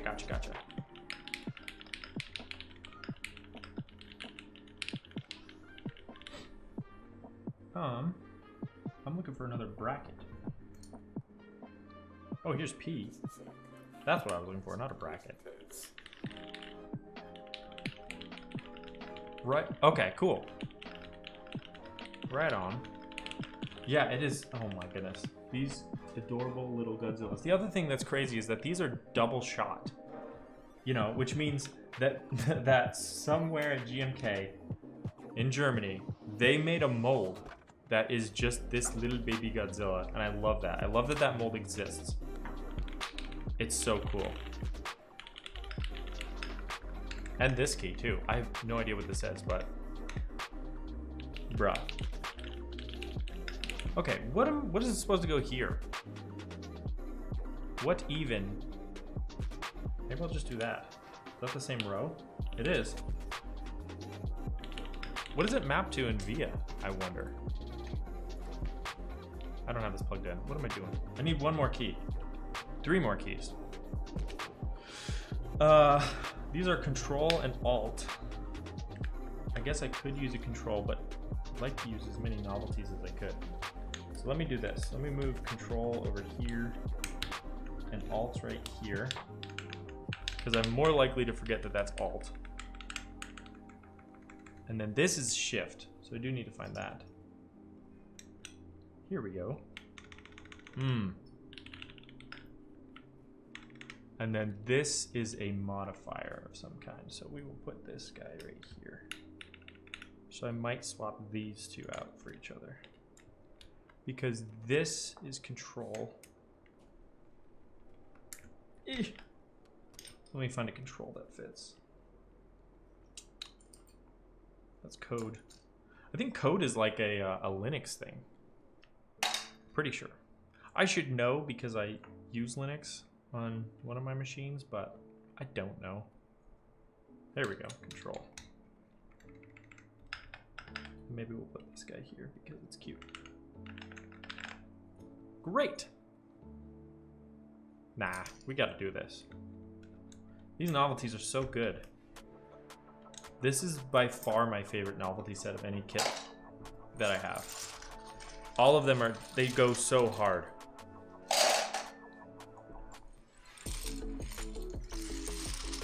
Dude, we're gonna do the sound test. Gonna turn off my music. Oh, what? There's another one of these? That's okay. I can sneak it on another board. Okay. We gotta clean up the desk though, because the sound test, and also, yeah, I mean, it's, with PBT it makes sense, but it just blows my mind every once in a while when I'm like, man, they sculpted that. Okay, let's make sure that this is mapped the way I think it should be in VIA.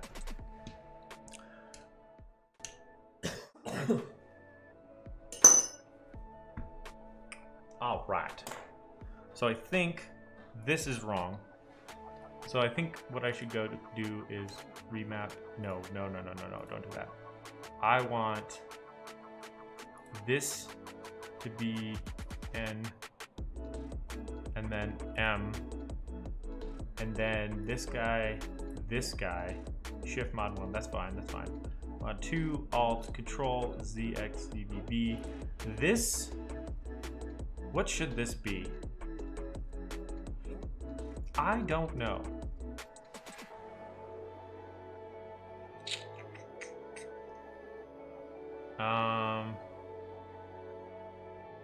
Looking at all these options, let's have this be,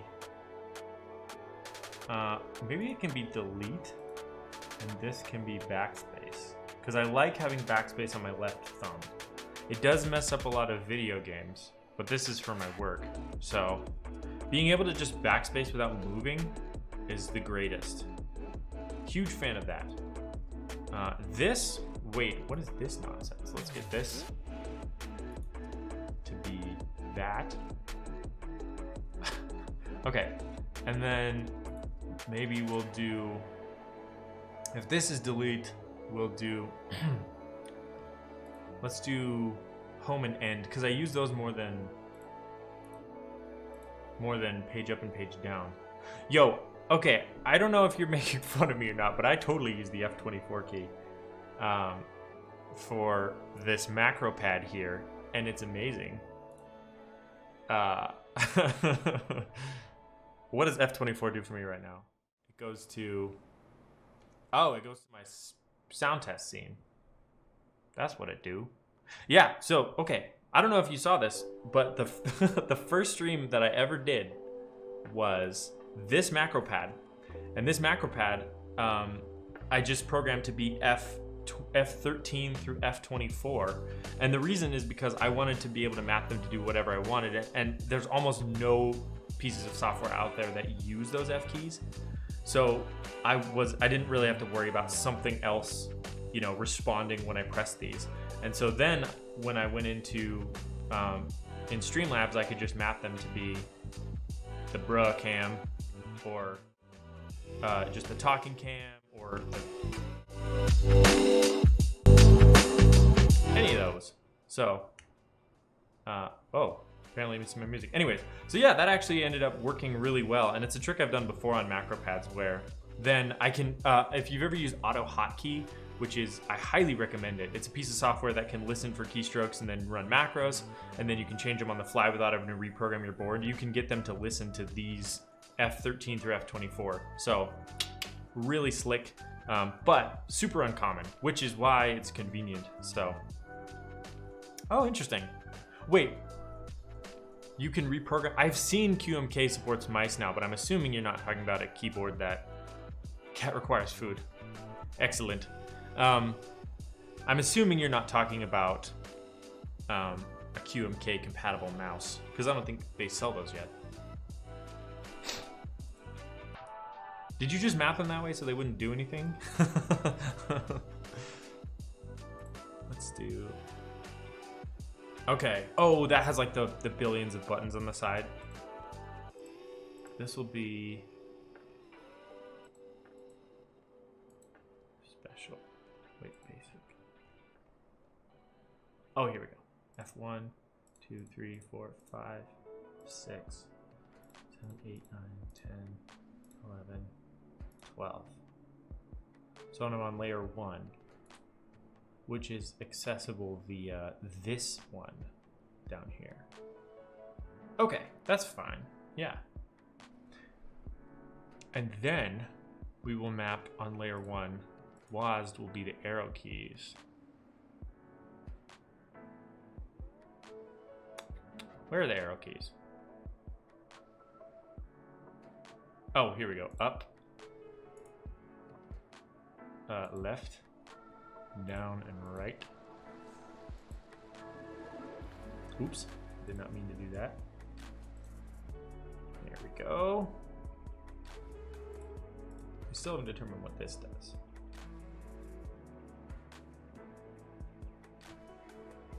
Maybe it'll be page up, and when you mod it, it'll turn into page down. Okay, that seems reasonable, right? Oh, but this needs to be, no. This needs to be escape, And this needs to be the tilde key because I use that one a lot. Oh, interesting. Tell me more, Ducktective. Okay, I know about the creamsicles, right? I'm assuming that's one of them. Is the other one where you're putting Telios stems in a cream housing?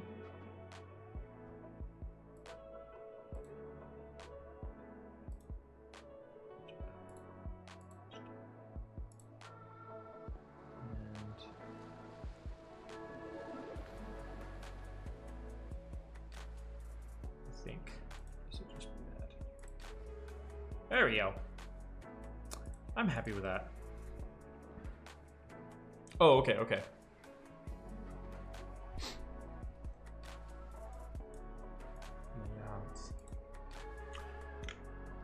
Also, yeah, this, Oh. You know what I should do is this should be numlock. So that way I can test out the, numlock. And on layer 2, it'll be scroll lock. Alpaca bottom, housing, and stem with a Gatoron milky yellow top housing. Ooh. Okay. So you're just switching the tops out, but keeping the stems and the housings. All right. You have my attention. I've never used a Gatoron milky yellow, ever. I've used alpacas a bunch, and silent alpacas, and a lot of other Gatoron stuff, but I've never done... Oh, hey, look at that. Oh, look at that, RGB squad. That's nice.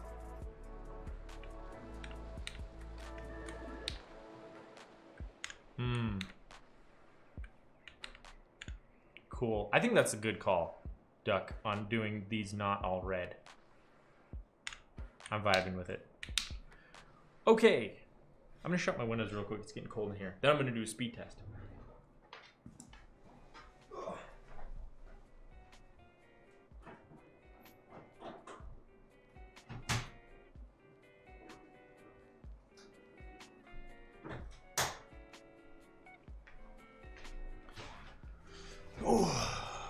Okay.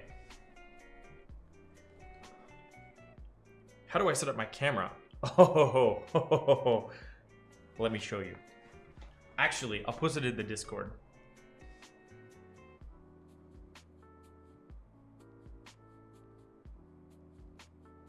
All right. I took a photo of what I have done. It is, yes, it's a Panasonic GX8. My main camera is a Blackmagic Pocket 4K. I used to do a lot of, and to an extent still do a lot of filmmaking, and the Blackmagic Pocket 4K is just an amazing camera. But, here, let me go to the Discord. Interloper. General. I should make more channels, shouldn't I? I don't know how to run a Discord. Full disclosure, my Discord basically exists to pipe channels from other Discords to me, so I don't have to check all of them. So, you know, if that's all you use it for, that's a-okay with me. But, all right, I'm uploading this photo here for y'all to see to my Discord. So yeah, if you want to check that out, that is how I film. I built it out of aluminum T-slot, which is the material you use for like 3D printers. Yeah, dude, I just don't know what I'm doing with Discord, but that's fine. All right, there you go. That's my desk. Let me straighten this desk mat. Holy cow, it's triggering me. Then we will zoom in a little bit on this board. Get that going. Maybe move this cable over for this next trick. Look at this. Wait, no, don't look at that. Monkey type. Look at that.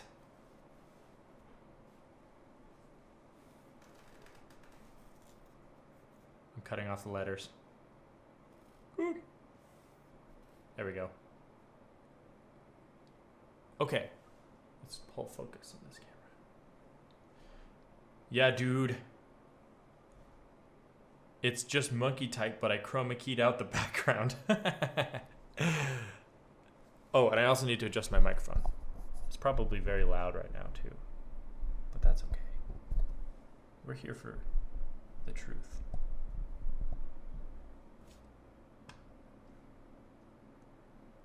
Okay. Ready? Oh my word. We gotta restart that.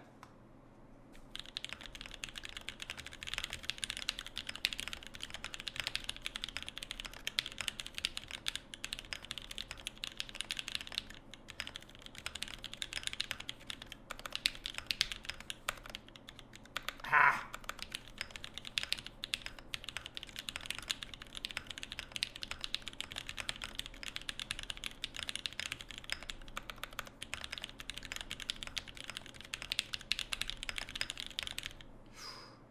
Yikes. That was brutal. Let's do one more.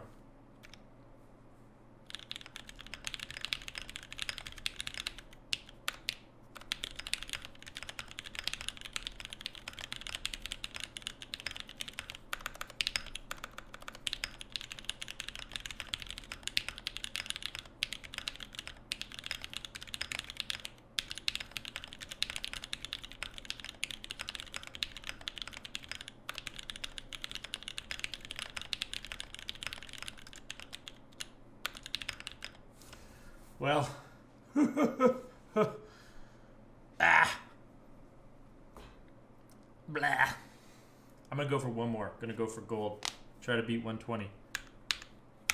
No, don't repeat. Restart.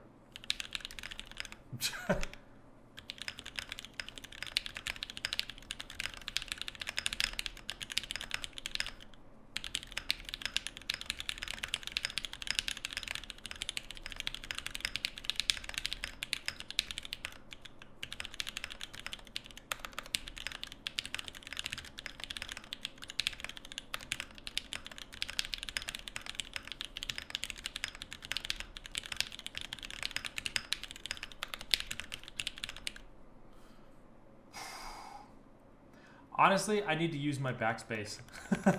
Like, what's the point if I'm going all the way back here? That's good enough for me. All right, we going back.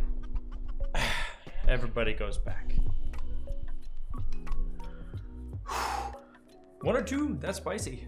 What is the, here, hold on. What is the average typing speed? Because I think it's 40. Dude, 40 is the average typing speed. So if you're hitting 102, you're already miles ahead. And I think Alice boards help a lot too. They're very, I don't know, at least for me, this one's a little weird because I've never had this key before. But you know what's weird is ortholinear. If you've ever typed on an ortho board where you have to,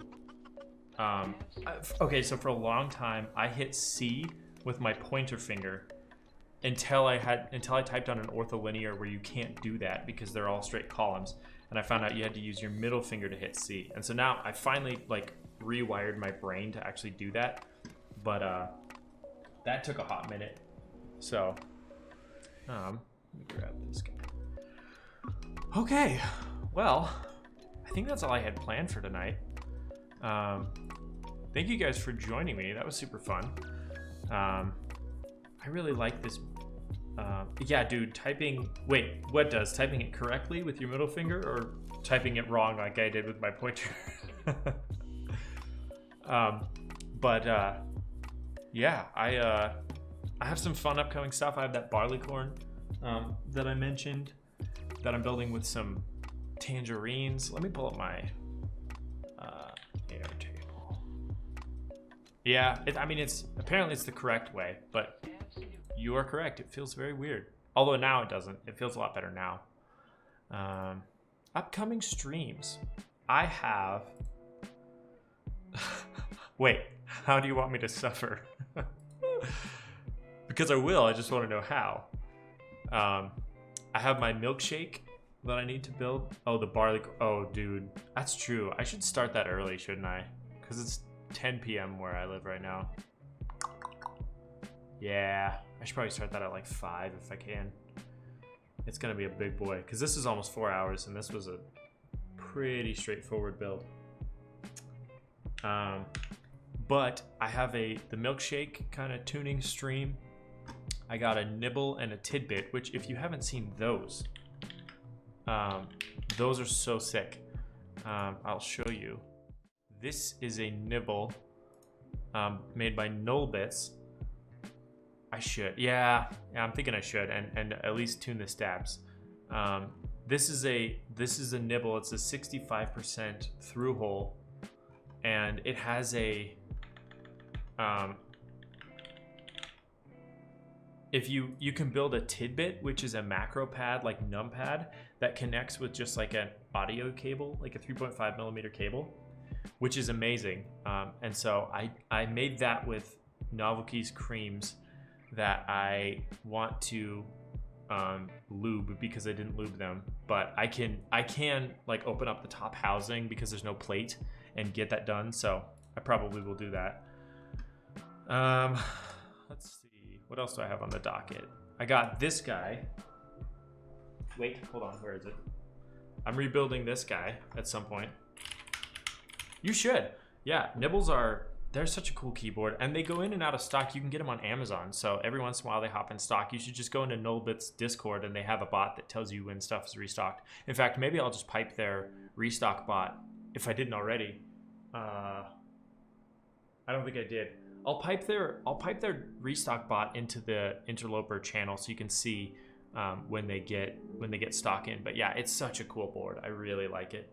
It's a 65%, but it has 3 extra keys on the side, and it has yeah, dude, Amazon. Yeah, you can get it next day on when it goes in stock.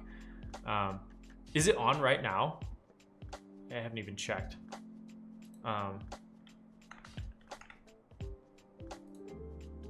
Nullbits nibble. Doesn't look like it. But yeah, he restocks fairly regularly. Jay Gregco, I think is his name, or his username. Super, super nice guy, really responsive. He apparently I was the first person in the wild to put together the nibble and the tidbit together, and it didn't work. And he walked me through it like day one. So yeah, great guy. I really recommend him and his products. So, but I also have, hold on, prepare yourself. Maybe even avert your eyes, because this monstrosity is what I talked about earlier in the stream. This is the DOS keyboard that I bought ages ago, and I used for an eternity. You can see just how shiny these formerly matte keycaps once were. And I think this is a great keyboard. It has a USB 3.0 hub in the top. It has a volume wheel. It has media controls, but these are simply unacceptable. You know what's even worse is that the little nub on the F key that for homing is gone. Like, it's ridiculous. So I'm just gonna rip these out, throw them away. I'm gonna rip the switches out and put in probably Glorious Pandas. I'm gonna make some case foam for it. I also, the other thing I need to do is these stabilizers are not your standard MX style stabilizer. They're called CoStar stabilizers, or Coster, I don't know how you pronounce it.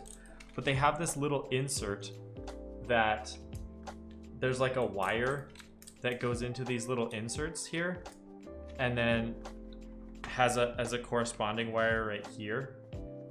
Yeah, dude. So I can't get these. I tried to pull these little inserts out, and I would put big holes in this plate so that I could get normal Dirac stabs in, but the PCB doesn't support them, and I don't want to use clip-ins. So I can band-aid mod these CoStars, but I need to 3D print replacement clips because I tried to get one out and it broke it. I don't think I'll get them out. So anyways, I got to 3D print parts for this. There's a lot of work that's gonna have to go into this one. I'll probably have to 3D print them in resin.